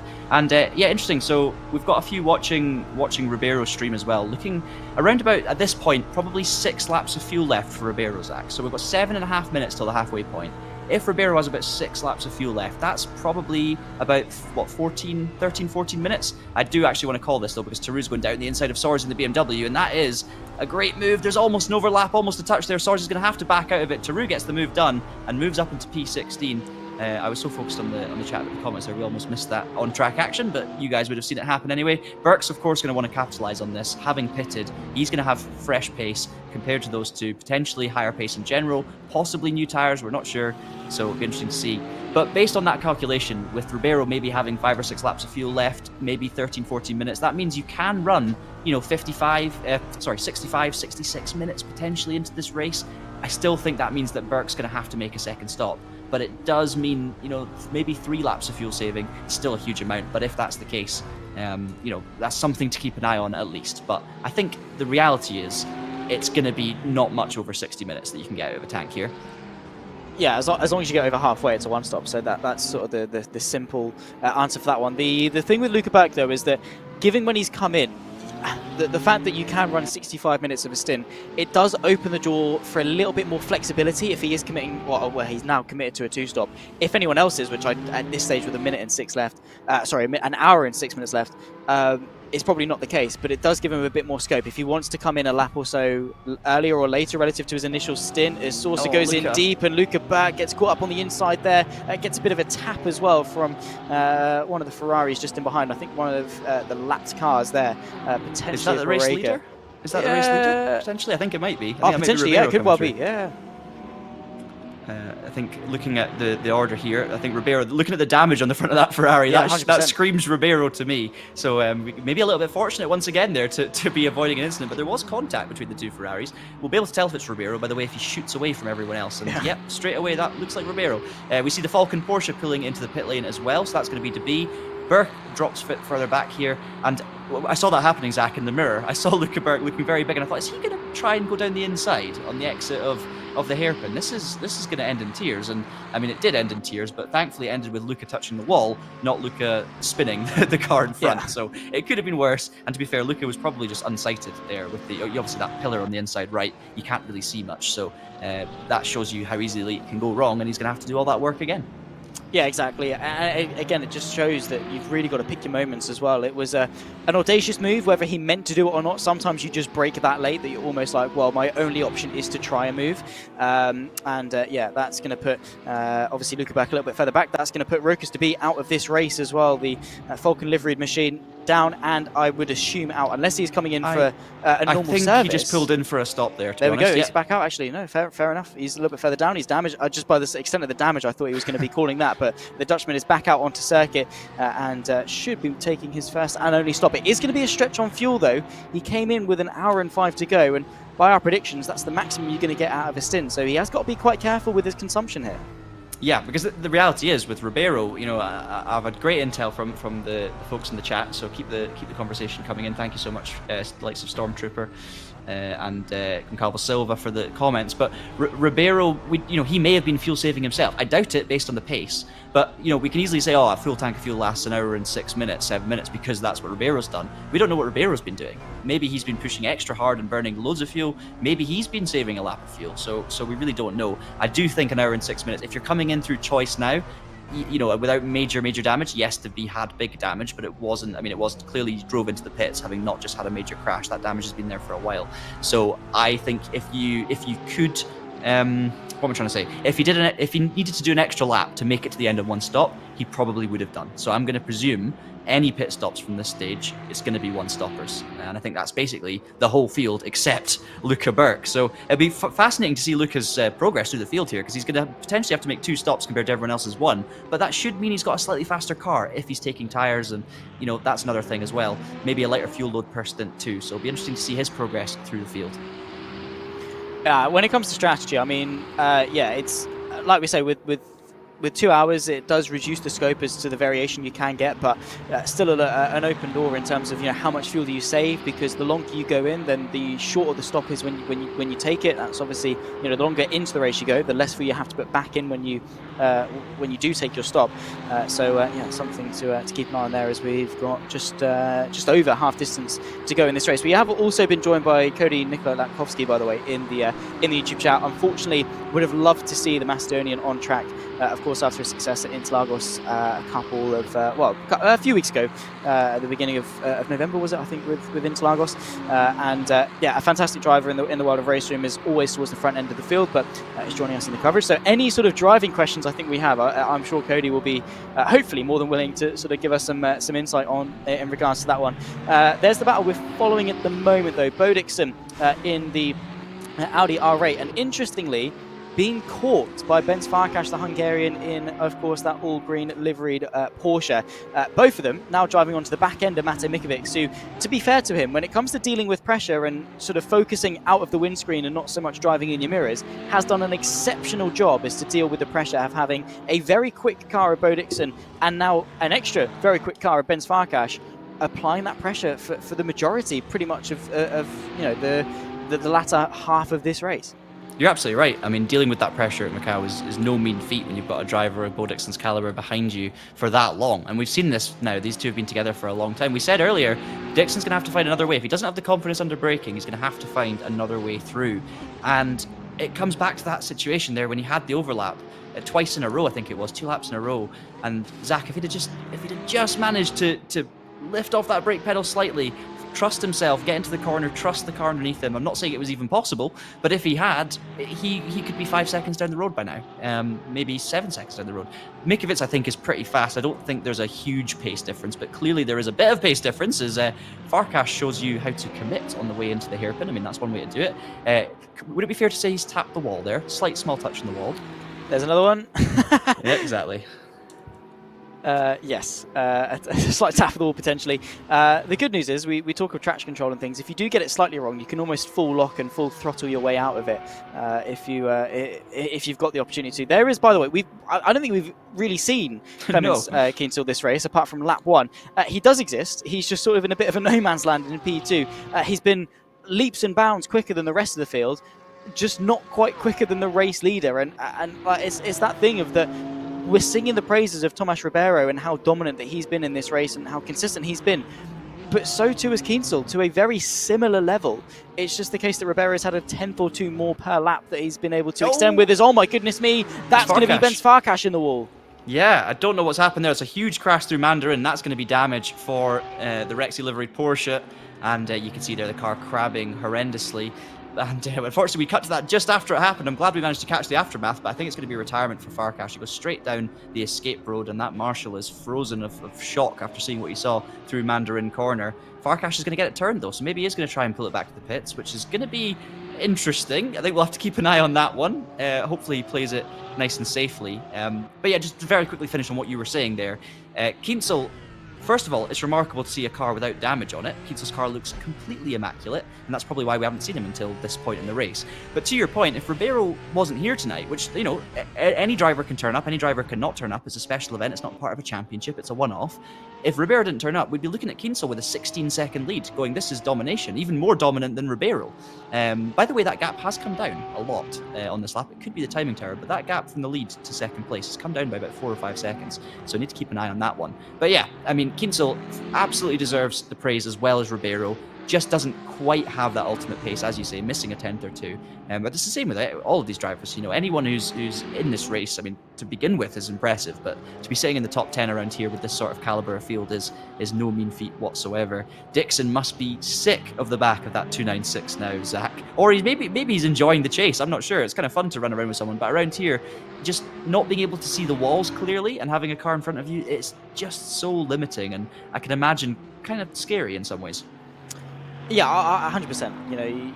You're going into a lot of corners, guessing your references, and a lot of that goes out the window. The other thing, though, that I would say is for a driver like Ribeiro and Kienzl, not so much is applicable at Macau because there's a lot of things that are stimulating you. Almost, you've got 24 corners in the span of 2 minutes, so it does come at you thick and fast as Roland Sen comes into the pit lane for his service over the half-distance mark, by the way. So too for Frings. But when you're running by yourself, for Ribeiro, as much as this is a race, in terms of the on-track action that he's experiencing, it is almost sort of a glorified test session in some aspects. He's going around largely by himself. In the form of Bo Dixon, obviously, everyone's being stimulated by the constant pressure of a track like Macau. But Bo Dixon, he's got that chase, he's got that adrenaline, he's got something to go and get, which, as a driver, definitely will keep you sort of focused and keep the adrenaline flowing as to keep you switched on, keep you concentrated, and sort of give you something to go and chase. Oftentimes, when you're just running by yourself, you fall victim into that sort of sense of security and complacency where you lose a tenth or two of ultimate pace because you don't feel like there's much to go and chase. Whereas Bo Dixon can see his reference, he can see who he wants, and that's probably going to help him unlock a tenth or two, maybe at the detriment of a mistake or two here along the way. But largely, I think it's doing him probably more good than harm. I think you're right. I mean, personally, I like being the chaser. I really enjoy that role of seeing someone, even if I am behind them. There's something kind of like, I don't know, comforting about having another car to follow. It's like it leaves the responsibility almost more with them to get it right, and you just have to follow on. And if you trust that driver, if they're fast, you can just sit there in the slipstream, be pulled along. You're more likely to make your apex following someone, I always find, because you tend to brake that little bit earlier just to be careful, and you're always seeing where they're braking. So I enjoy it personally. Not all drivers do, I'm sure, but I think many will. And Bo Dixon, I mean, you will want to try and get a podium at the end of this race, but the thing is, he's got 56 minutes, he's got pit stops, he's got all of these things. So instead of going for a risky, bold move on someone who's clearly also got a lot of pace and a lot of confidence under brakes, I should add, there's no need to rush this one. Let's just wait and see. I don't think Dixon, even if he gets past Mikiewicz, I don't think he's got the pace of Kienzl or Ribeiro. He's going to have to rely on mistakes or bad pit stops from those two, I think, to get in the mix for the win. So maybe third is all he can do, and he's got 56 minutes to work out how to get there. Meanwhile, we have a lap down. Porsches! Oh no! Dixon slams into the back of Mikiewicz, under braking into the pit lane. So I don't know if that was a Dixon misjudgment or a Mikiewicz braking early. Either way, that was a big hit there, Zach, and that's going to cause a lot of damage. Look at the back now of Mikiewicz's car. That's pretty big damage on the rear wing on that Ferrari, I think. It's bent, and I'm sure the front of Bo Dixon's car will be worse for wear too. Oh, that is heartbreaking, and what an end to what was such a good battle between the two of them. So tense and on the edge of your seat. Mikiewicz, I mean, the damage to the rear wing is going to be a lot more detrimental than the damage to the front end of Bo Dixon's car. Suboptimal is largely all I can say to that one. I was just about to say with Dixon is that probably part of the reason he sat behind him was slipstream, saving a bit of fuel. He's braking, you were saying he's braking a bit earlier, maybe can lift and coast a bit more, maybe can save some time in the pit stop because he's got less fuel to put back in when it comes to the car, and that's exactly the case. He's rolling, but so too is Mikiewicz. Hopefully that damage is not going to be overly detrimental to that Ferrari 296, which, as like I said, speaking to Lucas Müller earlier, is already a little bit on the edge in terms of how it drives. It just doesn't look great, and Bo Dixon is going to be kicking himself. Yeah, that's exactly what I was going to say. It does not look great, and I think Mikiewicz is going to find out when he turns in here to Mandarin whether that rear end is stable or not. Maybe not in this lap, because of course they're coming back up to speed after the pits. I don't think that was... I thought it was Mikiewicz that was ahead of Dixon there. There's actually a lapped car in between them. So, yeah, we're going to have to wait and see how that car plays out. I don't really want to... Without seeing all the replays, without all the context, I don't really want to just instantly slam Bo Dixon on that one. It is the driver behind's responsibility to not crash into the car in front.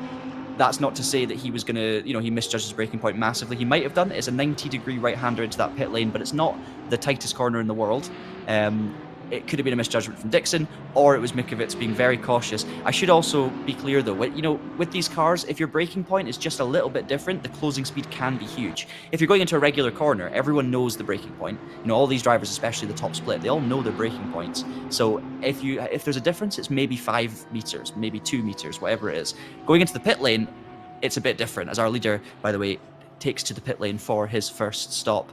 But yeah, the margins are small. If Dixon missed it by 10 meters, 15 meters, that could cause a crash as big as what we just saw. So I don't want to judge it too hard without seeing any replays, but it didn't look great for Bo Dixon. We'll just put it that way. Meanwhile, we also saw Farkash in the pits earlier. So Farkash is our 4th retirement from today's race. We saw the massive crash Farkash had, or the end of it at least, out of Mandarin. It was a big one. Lots of damage for that car. I was surprised he was trying to get it back to the pits, but I fair credit to the effort. Obviously, halfway through the lap, decided it wasn't going to be worth doing, so he pulled over and retired. Meanwhile, our leader returns to the track, having made his first pit stop, and we have a new leader. It's in Clemens Council.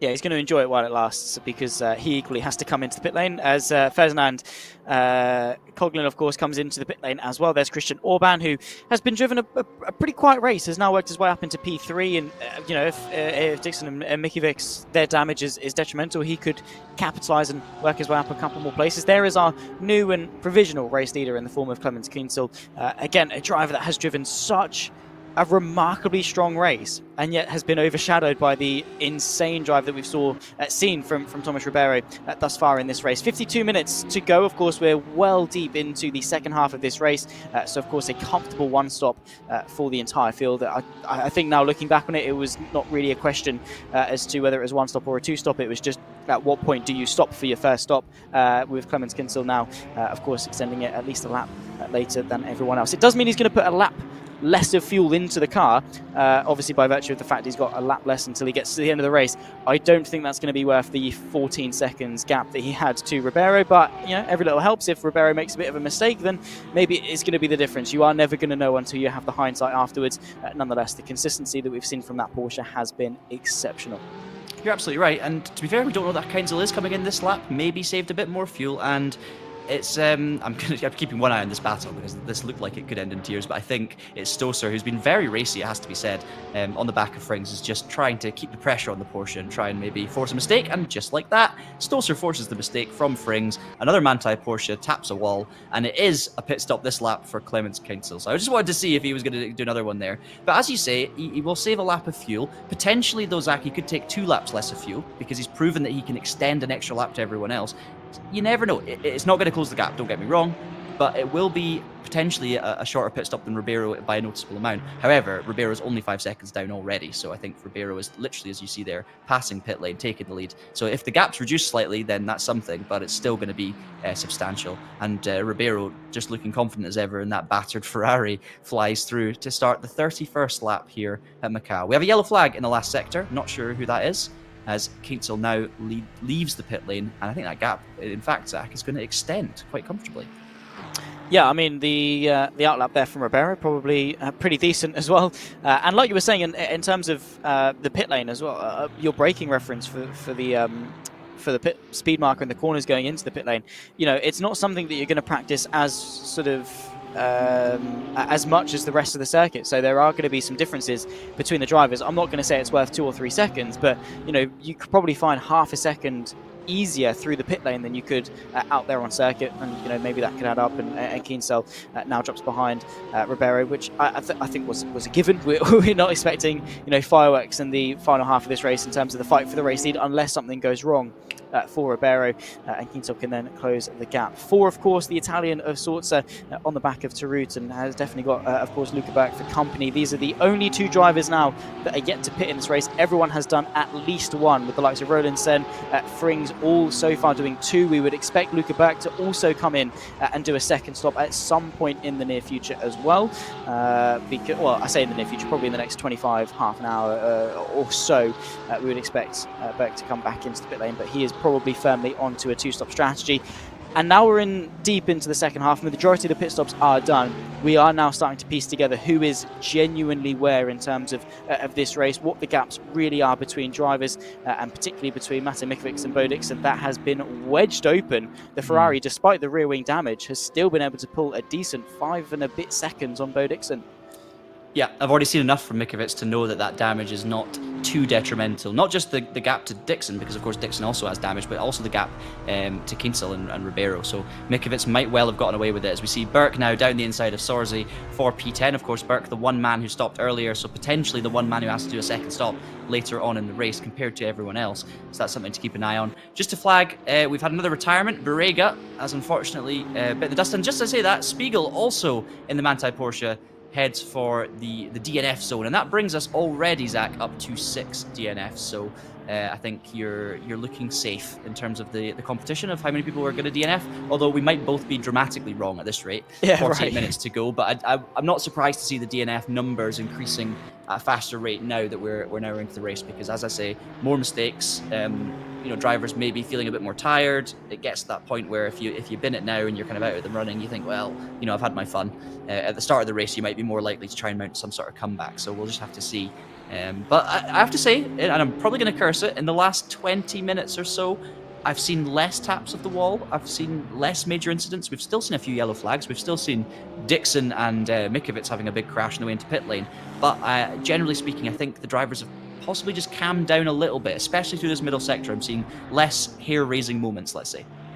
Yeah, the drivers, I think, definitely are settling down. They've seen the consequence of what happens when you extend the limit too much, and I think, it goes without saying, every driver came into this race expecting something to go wrong. As Sorta there gets it wrong on the exit, a tap of the wall. There we go, another check on the outside of the hairpin. But yeah, everyone came into this race sort of expecting mistakes to happen and how perilous it is around Macau. But yeah, once you see the consequence in the race, you do start to settle down. Also as well, and this is one of those things, tyre deg. Yes, the tyres are worse off. No one changed tyres. You don't necessarily need to. As there we can see Borrega in the pit lane. Of course, one of 6 thus far to have retired. Fair enough, yeah, the tyres are going to feel worse and therefore have less grip, which would then potentially open the door for more mistakes, you would think. But then on the flip side of that, the drivers know that the tyres are going to be degrading and that they're going to have less grip. And so they're going to drive maybe slightly more under the limit than they were at the start of the race, knowing that the tyres maybe have a little bit less give in them. And again, at this stage of the race, with 46 minutes to go, you've already done an hour and 14. You're in a decent position, especially those sort of inside the top 10. You don't want to risk it and throw it completely away as Francesco Sorza comes in for what will be his first and final stop in this race with 46 to go. Well, Sorza's made it an hour and 15 minutes in. So, I mean, it's pointless to be even considering this, because either Luca Burke's going to pit or he won't pit. But I'm enjoying the idea of there being some sort of chance that he might actually not pit here. It doesn't make a huge difference in the grand scheme of things, but it'd be fascinating to see if Burke can make it to the end on that stop. I'm really glad you brought up tyres, because I was just about to do the same thing. I was thinking, I wonder if drivers are going to try the undercut here, and some drivers might not take tyres. It looks like the majority of drivers haven't taken tyres. Macau, maybe not as bad for degradation as the likes of Interlagos for the last special event. Drivers can get to the end on one set of tyres, but the question is, how tricky is the car going to be towards the end of the race? How worn are the tyres going to be? We could still see massive degradation, even if it's the faster overall race. The cars are going to be difficult to drive, and yes, everyone's in the same boat. I think a lot of drivers, in fact, almost all of them have decided not to take new tyres based on the time of the pits and things like that. But look how hard Ribeiro's pushing. I mean, that literally looks like a qualifying lap from Van der Linde at Macau in a GT3 car. It's absolutely on the ragged edge. An hour and 15 minutes in with tyres that are an hour and 15 minutes old and a full tank of fuel. Now, towards the end of the race, lower fuel, the car's going to be a little bit more flighty, a little bit faster, but also a little bit more loose. And of course, these tyres are going to be absolutely shattered, needing a very big Christmas holiday. So it's going to be interesting. I think it's going to be tricky, and I'm kind of intrigued to see how that actually plays a role in how these cars behave later on in the race. But of course, we'll find out in due course. We will do indeed, and again, 44 minutes on a set of tyres that have already done an hour and 15 is brutal. I am just keeping an eye on the YouTube chat, by the way, because we've got some drivers in the chat that probably know a little bit more than we do. Like I say, it's been years since I've driven on RaceRoom, and I've never done it in a GT3 car, so I don't quite know what it is like at that level, as it gets very close for comfort there.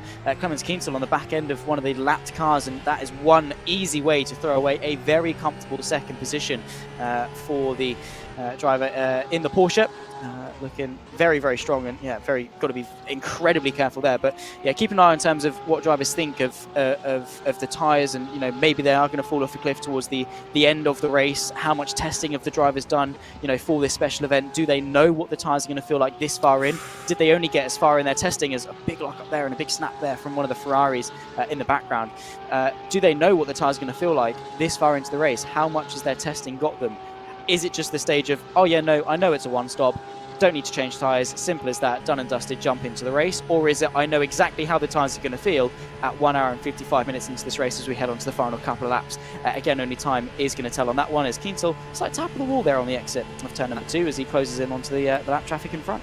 And my wince before was because not only did the Ferrari behind him lock up, but Kienzel also hit the inside wall through the final corner. So Kienzel 2 slight taps of the wall in the space of 3 corners, and this is of course the man who I praised earlier for keeping his car in perfectly good condition. But it shows you even the best can still tap the walls here at Macau. He gets through nicely on Taru, the back marker in the other Porsche.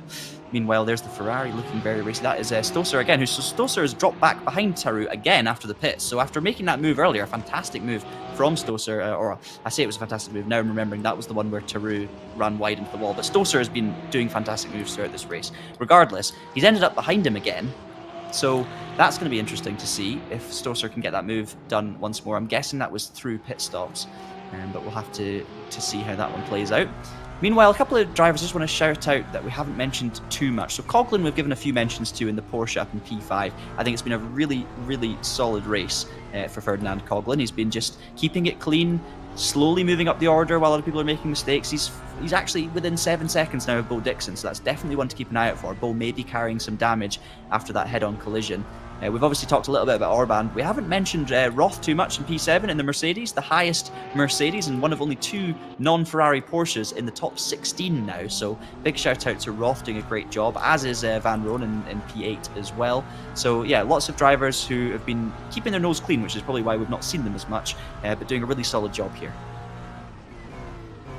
Yeah, exactly that. And just on the point, actually, of Bo Dixon, it sort of prompted a question. I mean, probably we're going to see a move here from Mario Stoso on the inside of Stefan Tarut as they battle away for what is P13. The Ferrari looks to the inside there, but very promptly backs out and returns back to the racing line as they approach through the final couple of corners and onto the start-finish straight and towards turn number 1. In that slipstream, of course, it's a fight for P13, so not quite the race lead, but still a battle that I'm sure will go on for quite some time. Using that momentum and slightly defensive goes the Porsche of Stefan Tarut as Maurice Stoicer goes to the outside. That's going to be difficult to hold around the outside of turn number 2. Is going to give it a go, but in the end tucks back into the slipstream. Has he lost too much momentum to actually go for a challenge towards turn number 3 at Labosa? Let's see. Pulls out to the right hand side. Is he committed enough on the brakes? Yes, he does. Leaning on the ABS, I'm sure. Gets to the apex first. Gets that move done. Sensational stuff from the Ferrari. We saw a similar move from him earlier on in the day as well. Potentially, I think maybe to get through on Stefan Tarut about an hour, or well, probably less than an hour ago now, but definitely a similar move that we've seen throughout the race. Just committed and exactly what you need to do. He knew his braking point. He knew how late he could brake. And again, props to Tarut there for giving him the space. A nice little move and up into 13th.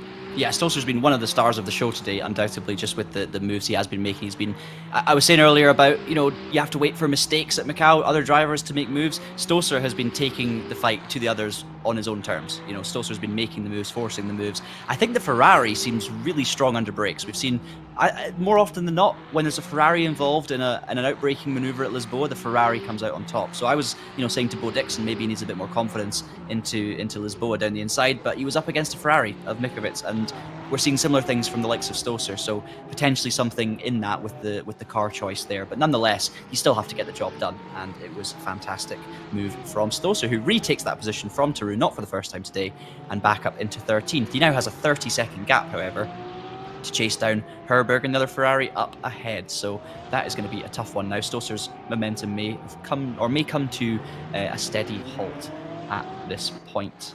Great to see, again, the chat live chat for this race, both on the RaceRoom and the Traction stream. We've got lots of people who are really enjoying RaceRoom, enjoying driving these cars. And I should say, Macau is the kind of circuit that is it's not an epic driver circuit, right? This is not a track that, like a Spa-Francorchamps or something where all the corners have the most perfect flow. And it is an incredible spectacle, and it's an incredible challenge, and there are some amazing fast corners, but it's not a track that feels purpose-built just to be the most incredible driving experience. It is very, very tough. However, it's also very car dependent, and certain cars in certain sims or in certain situations can be very, very tricky to get around Macau. These GT3 cars, I have to say, they feel so well suited to this circuit. Like the speed of them, the power, the width, obviously the ABS and the traction control through that middle sector, the way you have to dance the car around, and we've seen it when we've gone on board, especially with the likes of Ribeiro, but everyone really in this race, just how fun these cars look. And I have to say, this is a phenomenal combo to drive, and I thoroughly recommend, if you're enjoying the action here and it looks like a lot of fun to you, I do recommend going and giving it a go. Fire up RaceRoom, try this combo out, and just try and get your lap times down. You don't have to come close to the 2:14s, 2:15s, 13s, whatever it is that Ribeiro and Kienzl are setting here, but just see what you can do and chip away at lap times, because it's phenomenal fun. And as well, the biggest thing that's always stuck out to me about RaceRoom is the community aspect. I mean, obviously we've got these community events with the ranked stuff, and a lot of people.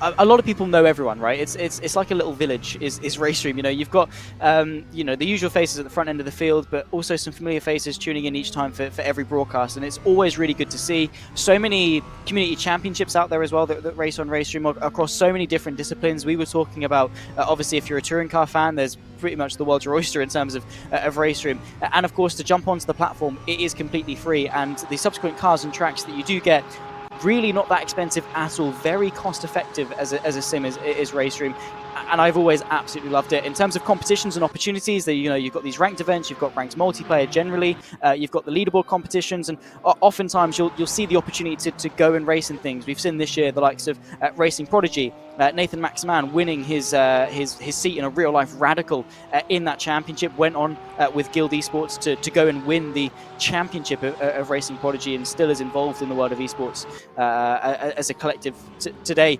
Got that drive, got that opportunity through RaceRoom.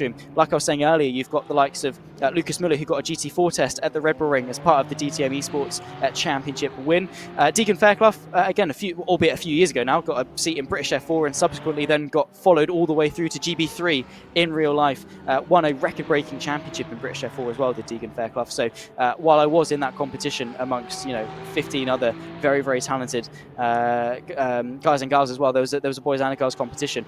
The right person definitely did win it in the end. Deegan Fairclough, absolutely rapid driver.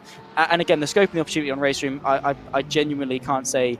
I won't run out of good things to say about it, let's put it that way. So a big thank you to everyone that has been joining us, both on the Traction GG YouTube channel and of course on the RaceRoom YouTube channel as well. Your company has been great, and I suppose you've been alright as well, John. I was going to say very well said until that very last bit there. It's been great. That's for the talent comment earlier. That's the revenge. I've seen someone comment on my time. I told you I did one valid lap, but yes, that was it. I was 2.5 seconds up on it on the last one, but guess what? I attempted to take the hairpin, and that's all that needs to be said. A few taps of the wall, let's be honest. But yeah, I mean, this is the thing. You can jump on the leaderboard challenge on RaceRoom. You can give it a go. You can see other people's lap times, and you can just learn. It doesn't matter if you're 5 seconds off the pace, if you're 10 seconds off the pace. You can chip away, pick up positions on the leaderboard, and it's very easy and accessible to do. And then, if you want to then take that further, jump on the ranked races. You can take part in this Macau race yourself at any level in any split, or you can take part in the daily races. I've been doing it a few times recently on the Traction channel, and I've been having an absolute blast, it has to be said. Just jumping in, it's so easy to just get into a race against people of a similar skill level, and honestly, the action is superb. The recent DLC packs, the Super Tours, the DTM 2002 cars, the 95 cars, they're amazing. Just going to keep one eye though on Luca Burke as he commits through Mandarin. It's defensive line instantly from Martin Petterman down into Lisboa, but Burke's going to get it done, and I think that Ferrari's going to be late on the brakes. Petterman actually kind of gave up on that one a little bit as Burke goes deep though, and tap of the wall for Luca Burke. We're all very well hydrated, but Petterman goes back through and into P9. So yeah, just it looked like Petterman was almost letting Burke go there. Burke didn't need to go so late on the brakes, but he tried to anyway. Oh, yeah, as a tap there is, Rokas to be almost tapping round Stefan Frings there is, I think that's, it's not Saucer just in behind them though, that is that? That's Bo Dixon, Dixon, it is, yeah. It is. So 2 cars between Bo Dixon and Mate Mikovic, although, of course, has been losing quite a bit of time as Dixon, especially in the second half of this race with 34 minutes left to go. It is unlikely that Dixon, despite a storming first half, could well fall short of the podium, but 34 minutes to go, anything can happen in that time. There's been a lot of discussion about the incident that happened between the pair of them. And obviously we said that it damaged the rear end of Mikovic, it damaged the front end of Dixon. And now my question to you, around Macau, do you want damage that would induce oversteer or damage that would induce understeer? Which one, as a driver, probably would be better, and maybe pace-wise would be almost better to have?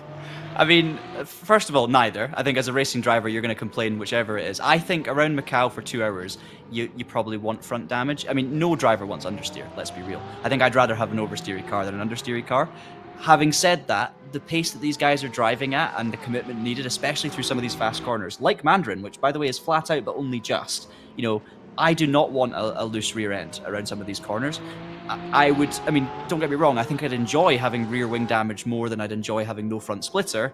In terms of a result, I'm probably going to err on the side of, smash up the front and just, take a nice rear wing. But having said that, I think Mikovic is not only maintained the gap, but possibly slightly edged away from Dixon. It's very, very close pace-wise between the two of them. But Mikovic, bear in mind, didn't have the pace over Dixon earlier. Like, the two of them were very close together. Dixon was able to catch that 2-second gap, stay there. Meanwhile, DeBee is once again getting very close to the back of the Frings Porsche, and I think we cut to that just after there was potentially a little bit of contact there between the two of them, or just a mistake from DeBee. But Mikovic proving that despite the rear wing damage on the 296, there's still enough rear downforce there for him to commit and push, because he's holding on to a podium position at this rate. Yeah, exactly that. And fair play to him. Again, that consistency in dealing with that pressure, like we were saying in the first half. You got a car in your mirrors for what was at the time about an hour, and around a circuit like this, where again, coming from doing a lot of karting commentary and just karting background generally, you're always told the race is only going to be in front of you, right? Don't focus too much about what's going on behind you. Obviously, if you need to defend and things, then yeah, you do need to be aware of your mirrors, but don't drive your race through them. Focus on hitting your braking markers, hitting your apexes, getting to your exit points, finding your references, finding that groove, and that's exactly what Mate Mikovic has done. And always watching him again through touring cars and things, that's something the Hungarian has always been really, really strong at, is just that awareness of what's going on around him, understanding when he needs to give a bit of space, when to brake a bit earlier, and stay out of trouble. I mean, largely that was thrown in the bin at the pit stop, but I mean, ultimately there wasn't much that he could have done. With that one, he chose a braking point for the pit lane and stuck with it, and what happened, we all saw. But largely, I mean, that pressure and dealing with that has been really good, and if he's nursing damage, he's doing a fantastic job of doing that. Nonetheless, though, the battles haven't just been towards the front end of the field. We've seen the vast majority of them actually happen towards the lower end and outside of the top 10. Here's one, Marta Peterman versus Luca Berg. Of course, Berg, we think, and I would probably assume, needs to take a second stop, but until then is driving the absolute wheels off that Ferrari 296. He doesn't look like a man who's fuel saving at this rate, but we'll have to wait and see. Yeah. Of course, Bert got the move done on Peterman the other lap. It looked like Peterman sort of pulled to the inside out of Mandarin, either had a massive snap of oversteer and almost lost the rear and then just held it, and therefore ended up on the inside, or actually lifted a little bit just to let Bert get the run, or tried to defend a bit too early. Whatever it was, doesn't matter. In the end, Bert went straight on, tapped the wall, and Peterman went back through. But I think Bert has clearly got the advantage here pace-wise, and you can see it once again. Bert getting less close to the inside wall this time, just as close to the outside wall, but that pace for the Ferrari is just absolutely stonking through that corner. The Porsche's got nothing to do in defence. Perfectly timed slipstream. Can Bert get it slowed down though this time? Yes, he can. Gets in towards the apex. Nicely done. Simple move. That is the Macau move summed up beautifully. And Bert moves into P9 for the Wild Things Racing Ferrari. He now has around about 12, around about 17 seconds up to Van Ron. And in the meantime, it looked like Peterman was, I think, to be honest, missing a braking point slightly there. That's a really tricky corner, Zach, actually. So you have the run, obviously, out of turn 4 up San Francisco Hill. And then you've got this tricky right-hander, turn 7, where you actually need to you could take that corner faster if it wasn't for turn 8 around the corner. So you sort of need to compromise turn 7 in order to get it right for turn 8. So it does mean if you get things right, you can actually, force an overtake there, but it's properly sketchy. And that's what we saw from Peterman. He took too much speed through the right-hander, understeered, and then kind of got a little bit scarily close to Burke on the wrong line into turn 8. So, I mean, there's so many places around this track where mistakes can just catch you like that. Yeah, exactly. Plenty of opportunities to tap the wall. And did he just do it there on cue? Yeah, no, I think he missed it. I think he was all right. He got away with it. Definitely a nice clipping zone though, and definitely seeing how little TC these guys are running. I was speaking to James Baldwin. To be fair, quite often he was part of the broadcast team of the Esports World Cup, and we were all out there and just asking him sort of like how you drive a GT3 car, because he's done quite a lot of it. 2 or 3 trips to Spa 24 Hours. He's driven Jeddah in real life in a GT3 car, done Barcelona and the Nürburgring. Almost won the Nürburgring recently. Almost, apart from a puncture. Yeah, he's all right, I guess, James Baldwin. Yeah. And he's the first to tell you he's driven Jeddah in a GT3 car. Me and Steve Brown, Super GT, absolutely rinsed him for it while we were out in Riyadh. But nonetheless, sort of how you drive a GT3 car, and on most platforms, he was sort of like you lean into the ABS and you disable traction control as much as you can. You want maybe 1 tick of it just to save you in that last moment if you do get too much wheel spin. But ultimately, like I think you said and alluded to earlier, you want ultimate control of that pedal. You want to rotate the car. I think especially in RaceRoom as well, you do, and drivers, please correct me if I'm wrong, or say if I'm correct, you almost do want to get a little bit more slip angle on this platform than you would on others. You want to try and hold a little bit more through the corner, and obviously to do that you need obviously good brakes and good trail braking, as well as control of that pedal, and with a lot of stop starts as well. It takes a lot not to slip too much, but again, you want to keep that revs up. You don't want the car to bog, especially at a circuit like Macau, and especially if you've got a car following very close behind you. If you bog and they don't expect it, you're getting rear-ended. Yeah, it's a brilliant point to raise. I think for any drivers that are potentially quite new to sim racing, maybe new to RaceRoom, and RaceRoom is a fantastic stepping stone into sim racing, by the way. It's just a really, I've talked about it already, I don't want to keep going on about it, but it's a great platform to get underway with your sim racing. But I think one thing you learn quite quickly, and maybe you don't learn it if you use too much traction control because you don't give yourself the opportunity to, but actually the lack of traction control in your throttle pedal is just as good a steering wheel as your actual steering wheel. These drivers turn the car not just with the steering wheel, but with the brakes and with the throttle. It's all about weight shifting, it's all about balance, and obviously with the throttle control, you actually rotate the car with the rear end, not by steering it through the front wheels. And it can take a little bit of time to grasp when you're new to racing and new to sim racing, but I thoroughly recommend turning your traction control down, or in this case in RaceRoom, turn it up, because for RaceRoom, I think the number 6 setting, which is the highest number, is actually the lowest traction control. So I just wanted to make that clear in case anyone thinks that they're running very low traction and it's actually on full. But experiment with it, have a go, try turning your traction control down by turning the number up, and just see how it feels. You will spin a few times, undoubtedly, you will struggle with the rear end and you might be slower at first, but once you get used to just modulating that throttle pedal on corner exit and even through the corners to try and steer the car, you'll begin to just feel how much influence you can have on the rotation of the car without even touching the steering wheel. You can hold exactly the same lock on and completely change the angle that you're getting through that. So I think it's a great point you raised, and I think the drivers, in these cars, it's also the ABS, it's exactly the same thing. Leaning on the ABS and how much you lean on it can also hugely influence your angle for turning into a corner, and how much speed you can carry in, and how the car behaves on the way, and whether you're going to lose the rear end, whether you're going to just lose the front end a little bit. It's so influential. So, and I think that, a lot of people maybe think the steering wheel is the most important thing. I think it's the throttle and the brake, personally, and the steering wheel is just basically you surviving and going along for the ride. Yeah, I mean, a great example of steering wheel, again, I will implore anyone to watch high-level karting. I know a lot of people are like, it's grassroots. No, karting is its own motorsport in of itself. Commentating on like WSK, which is the European Championships, lots of Arvin Lindblad, like Lando Norris have come through there. Watching high-level karting, and you see just how precise they are with the wheel inputs. You go in there, and if you squint, it almost looks as though the wheel doesn't actually move, and it's almost the case of the steering wheel is just an instrument to change the weight distribution of the car more so than actually steering it. It's almost like the steering wheel is the conductor and the pedals are the orchestra as much in terms of how the work is distributed.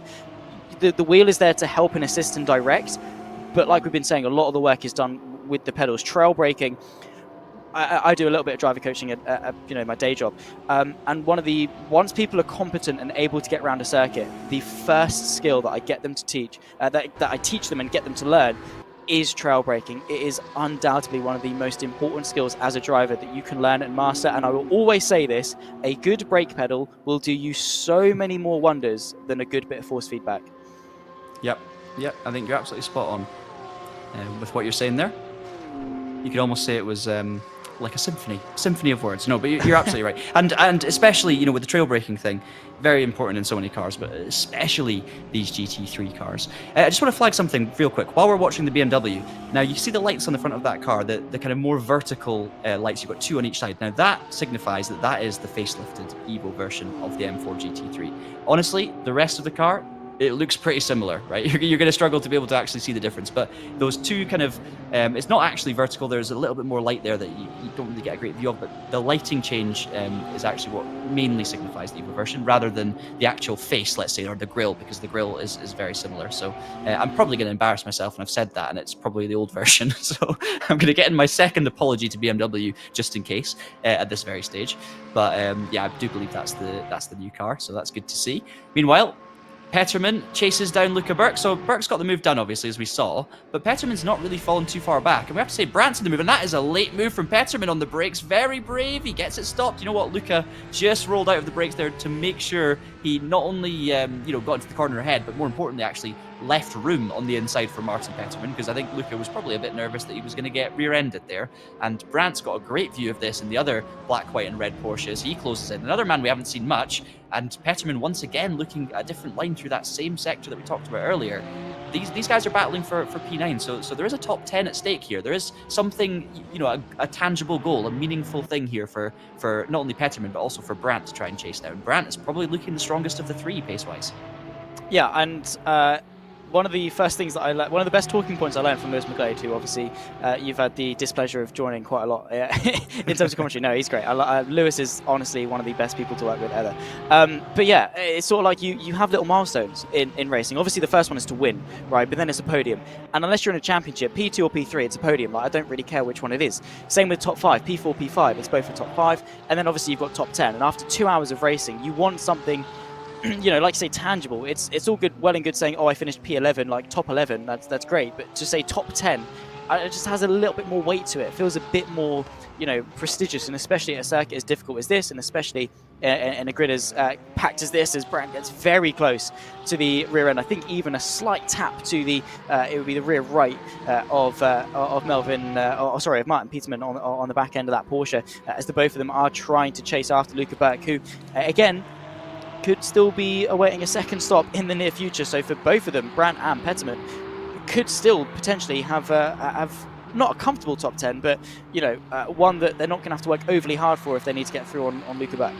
Yeah, there's 20 seconds up the road until the next car, so there's not really much they can do about the cars in front. Of course, they could still make positions through mistakes, but they can't force the issue, let's say. Intrigued to see now Melvin Brandt looking to the inside of Peterman, who, once again, Peterman's got this habit, it seems like, of kind of diving to the inside, either to get out the way or to do some sort of defence. That just looked like Peterman getting out of the way. I wonder if he's either just being very, very clean and not wanting to kind of hold up his rivals and things like that, or maybe he's trying to be tactical there and grab a later slipstream. I mean, he looks very confident on the brakes, late on the brakes, but I'm not quite sure what he was doing there in terms of defence out of the first corner, because when you're going towards Mandarin, you don't need to dive out the way unless you're just letting him go. Potentially, it could be that Peterman thinks, Brandt's got the pace out, he's going to get past me anyway. I'll let him have a go at Luca and maybe put the pressure on, maybe force a mistake. That could be the tactical play there from Peterman. So we'll have to wait and see how it plays out. And again, from a pure self-preservation, at Macau, the last thing you want in your mirrors is a driver that wants to overtake you, right? Because they're going to be moving around in your mirrors, and again, that could offset you a little bit. So obviously, right now for Peterman, maybe he knows, maybe he doesn't know that Burke is owed another stop. But either way, right now, it's a comfortable P9, P10. And like I say, P9, P10, when you're not scoring points in the championship and it's just a one-off, both of them are a top 10. So it doesn't make a huge world of difference to him. And again, if it does open the door for a mistake like this and opening the door for Brandt to find a way through, or Luca Berg and contact between the two of them, it could open the door and could be an opportunity for Peterman to get back involved. The two of them are still going to be drawing side by side through this long left. Inside opens up, of course, for the Swede. Berg is going to be forced to concede on that occasion. And through goes Brandt up into what is P9. A slight mistake from the Ferrari. And that just allowed the Swede Brandt to find a way through quite nicely. And Martin Peterman got a front row seat to all of that, probably licking his lips, hoping something was going to go wrong. In fact, actually I say that, probably not hoping something was going to go wrong, because he would have been in the prime firing range to be caught up in it. And he tapped the wall himself there on the exit of the another hairpin. So there, add it to the list, add it to the pot, whatever you want to go with here. I'm running out of ideas. Meanwhile, it looks like a defensive move straight away from Brandt, who tries to break the slipstream. Brandt's got the pace here, but the slipstream's the one thing that can change that. You know, if Luca can stay in the slipstream, it doesn't matter if Brandt's got half a second over a lap.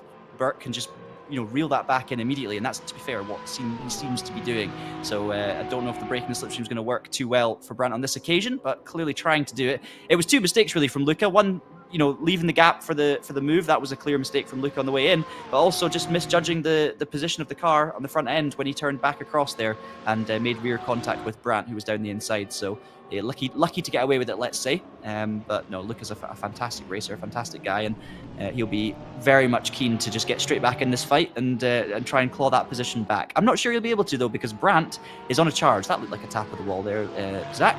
Up 9 spots from his starting position, but also just seems to have the pace. Like, the car looks purposeful. Even from the moment he started cruising up to the back of Peterman and Burke, it looked like he was destined to take those positions. Yeah, I mean, you know, he's Swedish. Car control probably pretty synonymous with his nationality, and he's just been really, really quick. And you'll probably find that with a lot of drivers, is that because they're all on the same set of tyres, a lot of people, maybe they've pushed too hard in the first half and up until this point, they are going to be sliding around a bit too much, and it does sort of create a bit of a feedback loop. You know, you slide too much, so your tyres wear. Your tyres wear, so you slide. You slide, so your tyres wear. You sort of get where I'm going. It feeds back into itself. It's that positive feedback loop that works against you. Melvin Brandt, though, tap of the wall on the rear left on the exit of that right-hander. But yeah, his car control maybe got a bit more tyres saved. Maybe just ticked the traction control 1 tick higher. Maybe gone down to a 5 instead of a 6 on his wheel, just to maybe manage that rear slip a little bit more. But nonetheless, yeah, the Swede is looking very, very strong. Peterman, of course, will find a way through on Berg if the Ferrari does need to come back in. One point I did want to make when it comes to the Porsche versus the Ferrari. Again, speaking to Lucas Müller, who is very, very good. First met him a couple of years ago at the Formula E Accelerate Championship. Again, did very good there, and again, lovely guy, one of the nicest guys in sim racing. The difference between Porsche and Ferrari, not huge over the course of a lap, but the way they extract that lap time is slightly different. The Porsche not so great on the straight line speed. The Ferrari, however, is there. And interesting that Berg hasn't really been able to capitalise on that to find a way back through on Brandt. A bit further back, though, we've got Rokas de Bie versus Frings, and the pair of them have pretty much been making up the rear end of the runners. Still less than 2 laps down on the leader is the Dutchman and the German, but they've been keeping each other company. And again, no matter where you are on track, whether you're P1 or P18, you know, you kept company on circuit, and we've seen some pretty good battles and pretty close battles at that.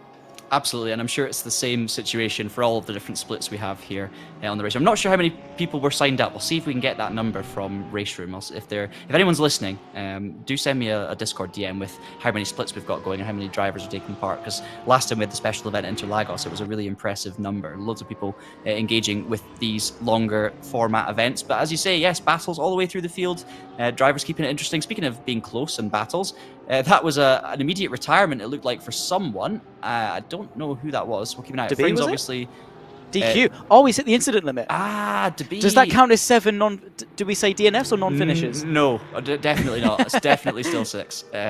Unless someone else gets a DNF and then well, no, you'll probably... Then we both lose. Yeah, I was going to say, at this point, you're probably better off it not counting, because I'm sure there'll be someone else. But yeah, I couldn't see the name, because I'm looking at the DNFs going, where's that 7th name? And it's at the bottom. So de Bie hits the incident limit, which we haven't talked about yet, because we haven't needed to. So that's unfortunate. And the Falcon Porsche is out of the race, but it was the other Porsche Porsche, another incident for a Manthey Porsche. Unfortunately, they have been in the wars, haven't they? Frings, Spiegel, lots and lots of incidents. Not always their fault, it has to be said. Same with obviously Farkash as well.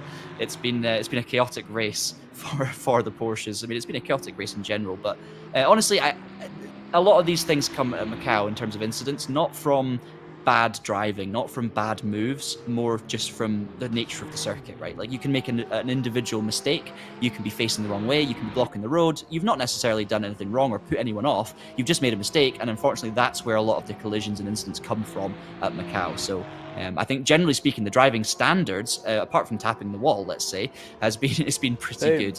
But 15 minutes to go, tires are going to be screaming at this point. I reckon our drivers are going to be running on very thin ice, and Ribeiro will be happy to have that 24-second lead because he's going to be running on 4 bin lids. Yeah. If anyone does need if you're bored on New Year's Eve and you need a way to spice things up, rewatch this broadcast and take a beverage of your choosing. I won't say which type. Every time we say tap of the wall or something adjacent to that, and you'll have a very good night, I promise you that. 14 minutes and 38 seconds left to go of this race. And yeah, you're right. I mean, the standard of driving that we've got has been exceptionally good. And this is top split, right? You would expect it. Every single one of these drivers, whether they're P1 or, out of the race now, they've all fought very, very hard. Their reputation and their skill rating on RaceRoom, is very right. They wouldn't be in this race if they weren't. None of them are bad drivers. But when you talk about relative on this field, you've got the good, you've got the great, you've got the best, and they're all here in split one. And those differences are very, very small. In terms of raw pace, and if you gave them 100 laps with as many regos as they wanted to, I'm sure the majority of this field would probably be only within, 2.5, 3 tenths of a second of each other. And we see that a lot with the leaderboard challenges that RaceRoom posts. But the difference is arriving on the day. It's one thing doing it in practice, it's one thing doing it in a time trial. Arriving when you've got limited shots in qualifying, and then arriving when you've got the pressure of that race start, that hurdle down through T1, 2, and then the heavy braking zone at turn 3, and then the entire, what would have been an hour 59 and 20 seconds left on the clock by the end of that, nearly 2 hours of racing after that. It's not necessarily a case of who's got the most potential, but who delivers on the day. And today it's been all about Thomas Ribeiro. He is just head and shoulders above the field. Yeah, absolutely phenomenal effort from the Portuguese man. We haven't seen as much of him in this second stint because he's been driving away at the front and kind of staying out of trouble as far as we're aware. But I promise you, for anyone I'm sure watching his live stream on Twitch, he will not be taking anything for granted. And he will, I'm sure, be very close to the edge, probably tapping the walls in different places.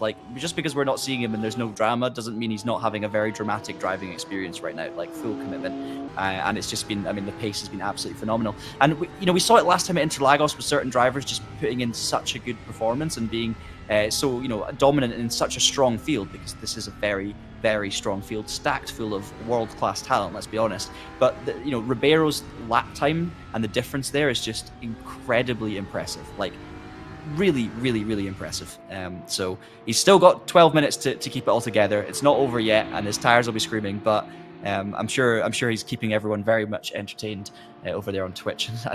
Every time we see the front of that Ferrari, it's just hilarious, because normally you look at that kind of damage and you think, oh, that'll be someone struggling around, and Ribeiro just doesn't care. Just keep on setting the lap times, keep on setting the timing screens alight.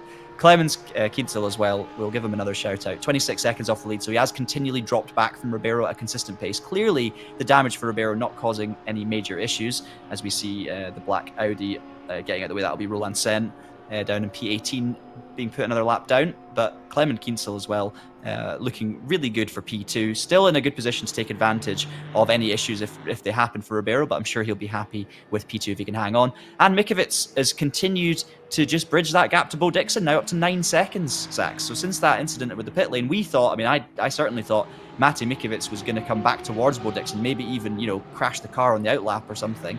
But he's done a good job, and clearly the damage is not too bad. He's been able to keep the pace up. He's been able to hang on to third place, and we could be seeing a podium for the second of our Ferraris.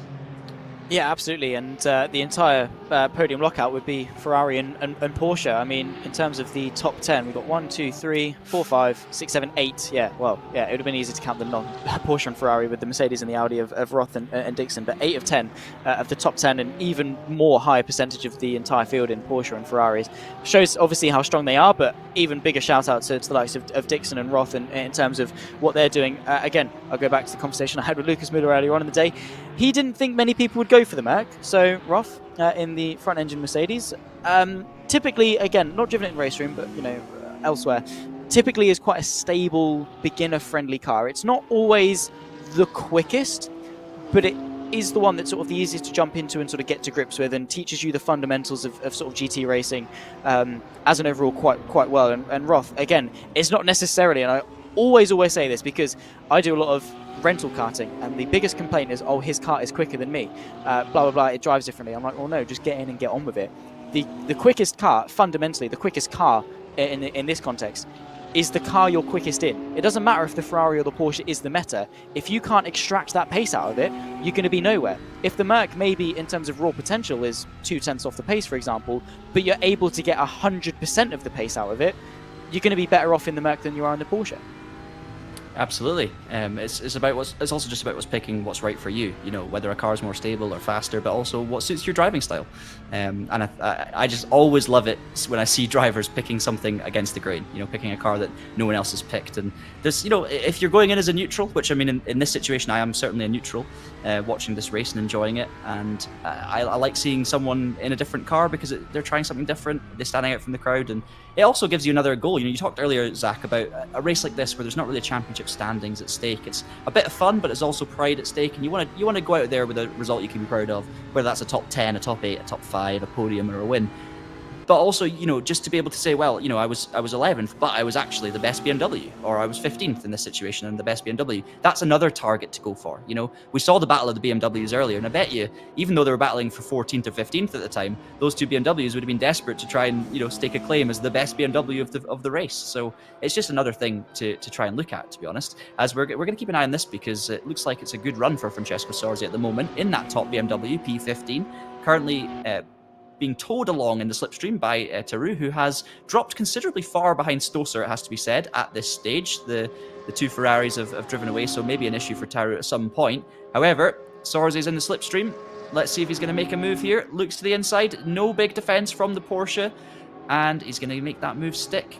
Can he get BMW stopped? Yes, he can. Nice and simple move for Francesco. Through into P14, made it look easy, and Stefan Taru is once again keeping things clean, and is going to let that one go. We did see a brief yellow flag there in Sector 3, so just going to keep an eye on the timing tower to see if anyone's losing time dramatically, but looks okay at the moment. Yeah, I mean, Francesco Sorza, of course, the Italian in that BMW, hasn't been completely scot-free in this race, but has driven really well. And a big shout-out to Sarut as well. Obviously, has been overtaken a couple of times, but, a lot of the time the praise gets put on the attacking driver.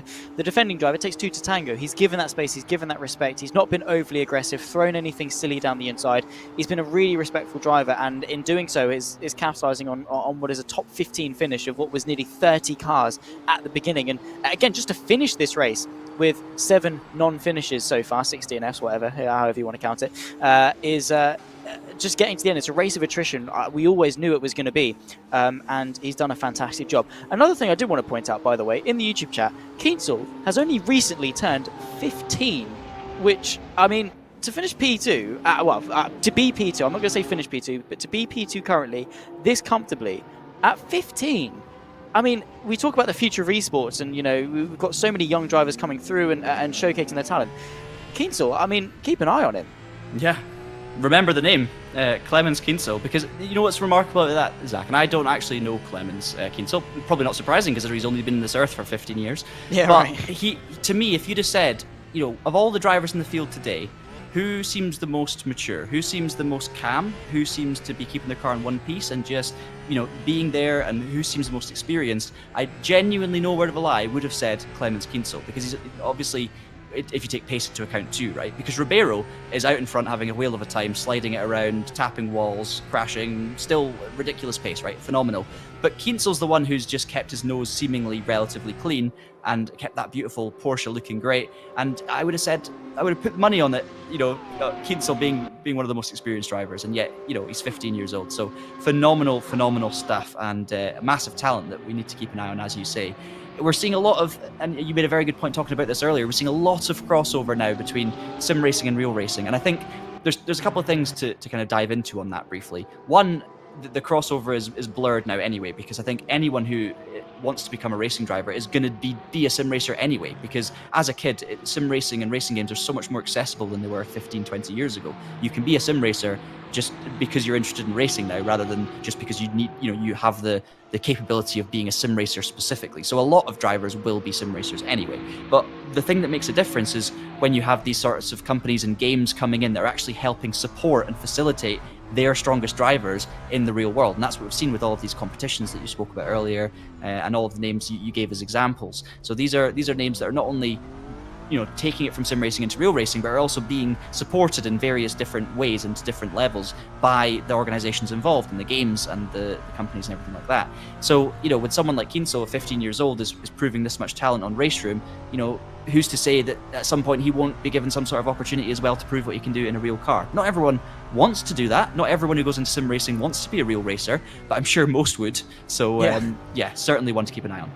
Yeah, 100%. And obviously, when it comes to sort of your first step on the ladder, right, people look to karting and people look to sim racing. And sim racing is becoming more and more prevalent in that discussion. And in fact, actually, I remember, I think Max Verstappen was speaking about this not too long ago, actually. I can't remember the exact quotes and things, but the gist was that the transition from go-karting into cars, say you want to go from racing go-karts to racing MX-5s or sports cars, for example, the transition is actually pretty dissimilar. Like going from a go-kart, being on the edge, to driving a GT car where you've got to put more lock-in, lean on the assists, that sort of thing.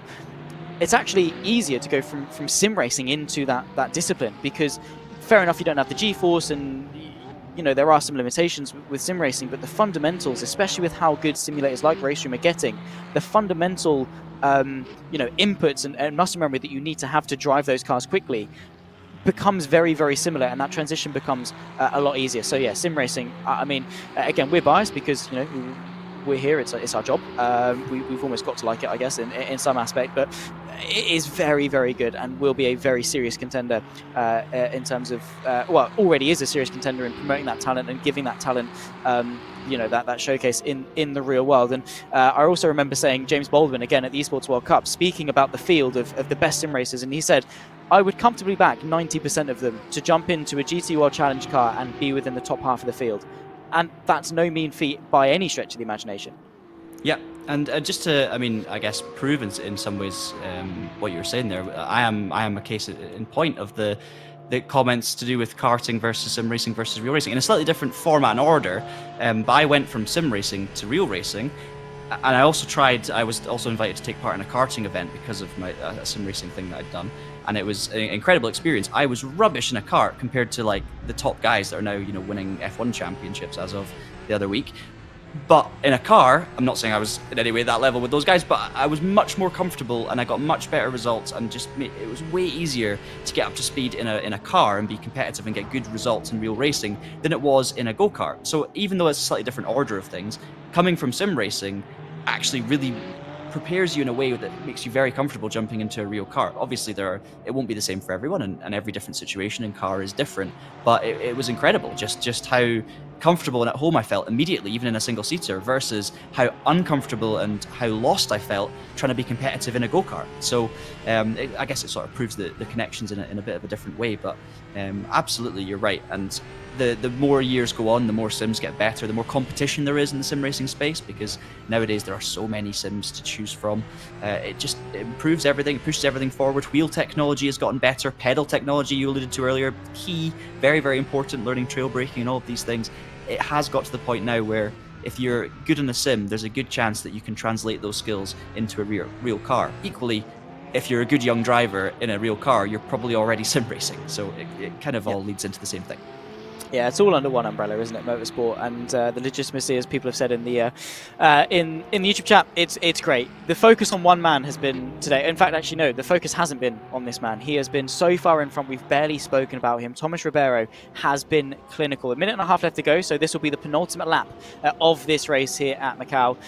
And, I mean, the front of that car says that he's not been faultless, but he's been pretty damn close to it in terms of his pace, his consistency, his strategy.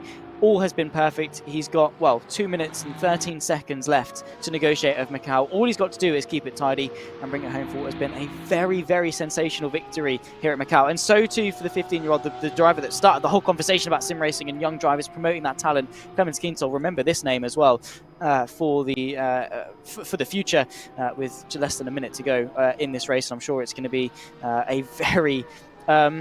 celebrated result, I'm sure, for Kienzel. He's going to be very happy with this one. It's been a very quiet race, but so consistent. The gap between himself and Ribeiro, Kienzel nearly has between himself. In fact, more than between himself and Mikiewicz. It has been such a race for Kienzel. And again, for Mikiewicz, the top three in this race, in their own rights, have been near on exceptional. Absolutely. I mean, if Clemens Kienzel's parents are watching this broadcast, I'm sure you're going to be very, very proud of what he's achieved in this race. Phenomenal stuff. But this is the man who's been the real star here, Thomas Ribeiro.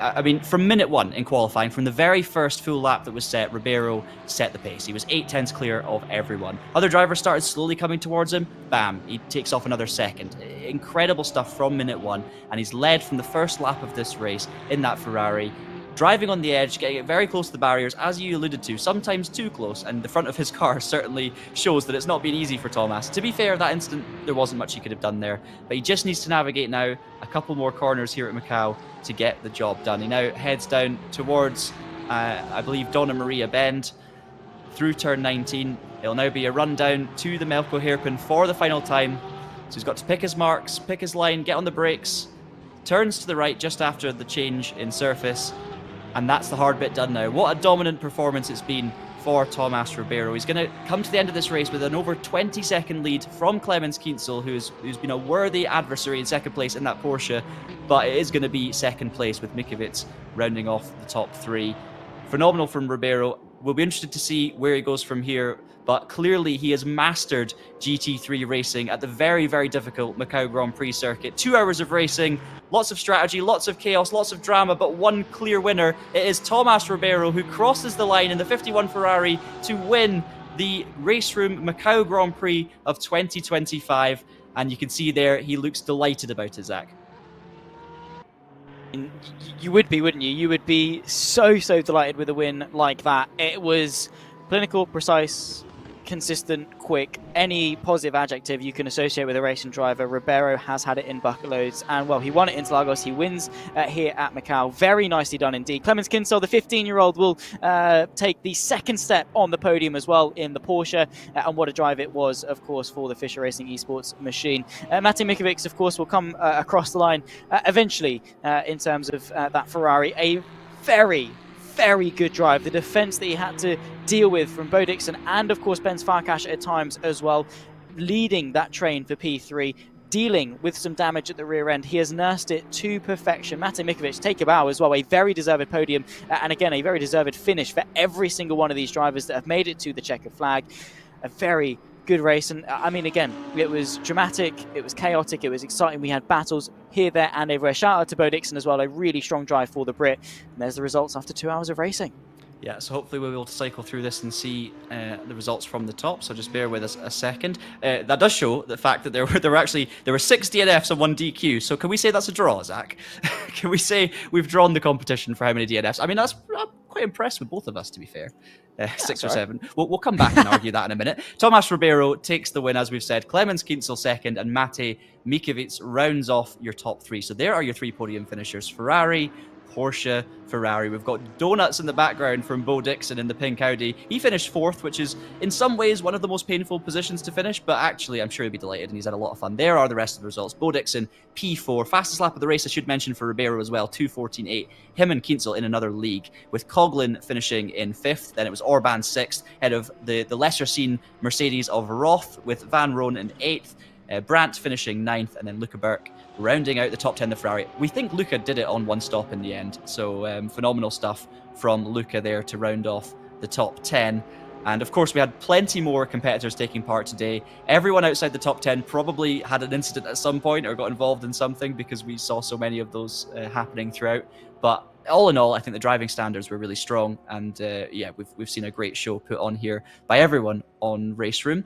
And I mean, this is just given me a bit of appetite, Zach, to actually fire RaceRoom back up again and drive this combo and give it a go, because it looked like a lot of fun. I mean, maybe I need a bit more traction control than the guys we saw out there, but yeah, it looked phenomenal.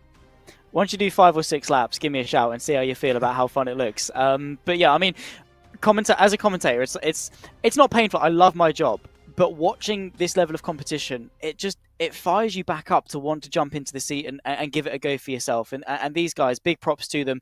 Yeah, a really good race that we had on display. I mean, I know it was quite dominant, and for the most part, the top 2 were pretty concrete, but with how many incidents that we had and the attrition rates of Macau, you never really knew until the checker flag. Yes, Ribeiro was the favourite on pace, but Quintal as well was very, very quick and there to pick up the pieces should anything have gone wrong.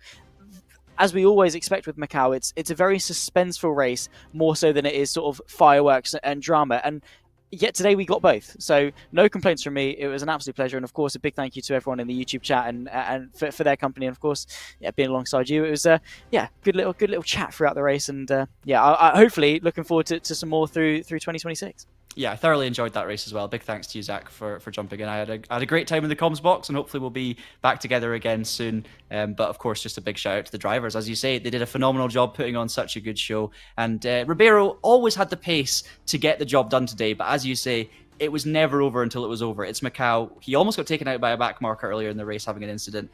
At any point, it could have gone wrong, and that's what makes this track so intriguing and so exciting.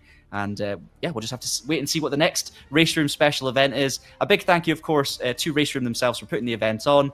And of course, you can take part in these special events yourself, even if you're not in Split 1, by playing RaceRoom, which is free to enter, of course, buying the relevant content to be able to take part in the special event, heading into the ranked racing multiplayer section of the game. And that's about it. Join the Split when it comes up and have fun, enjoy the racing, and then you can be part of what we're watching today. So big thanks to Zach for joining me. Big thanks to RaceRoom. A reminder as well that you can catch all the latest RaceRoom news over on the Traction GG website. And finally, a big thanks to all of you for watching. The chat's been great, and I'm sure the silent viewers have had a great time watching as well. So big thanks to all of you, and we'll hopefully see you again soon. So for myself and Zach Sweeney, it's been great. Thank you so much for watching, and have a nice day.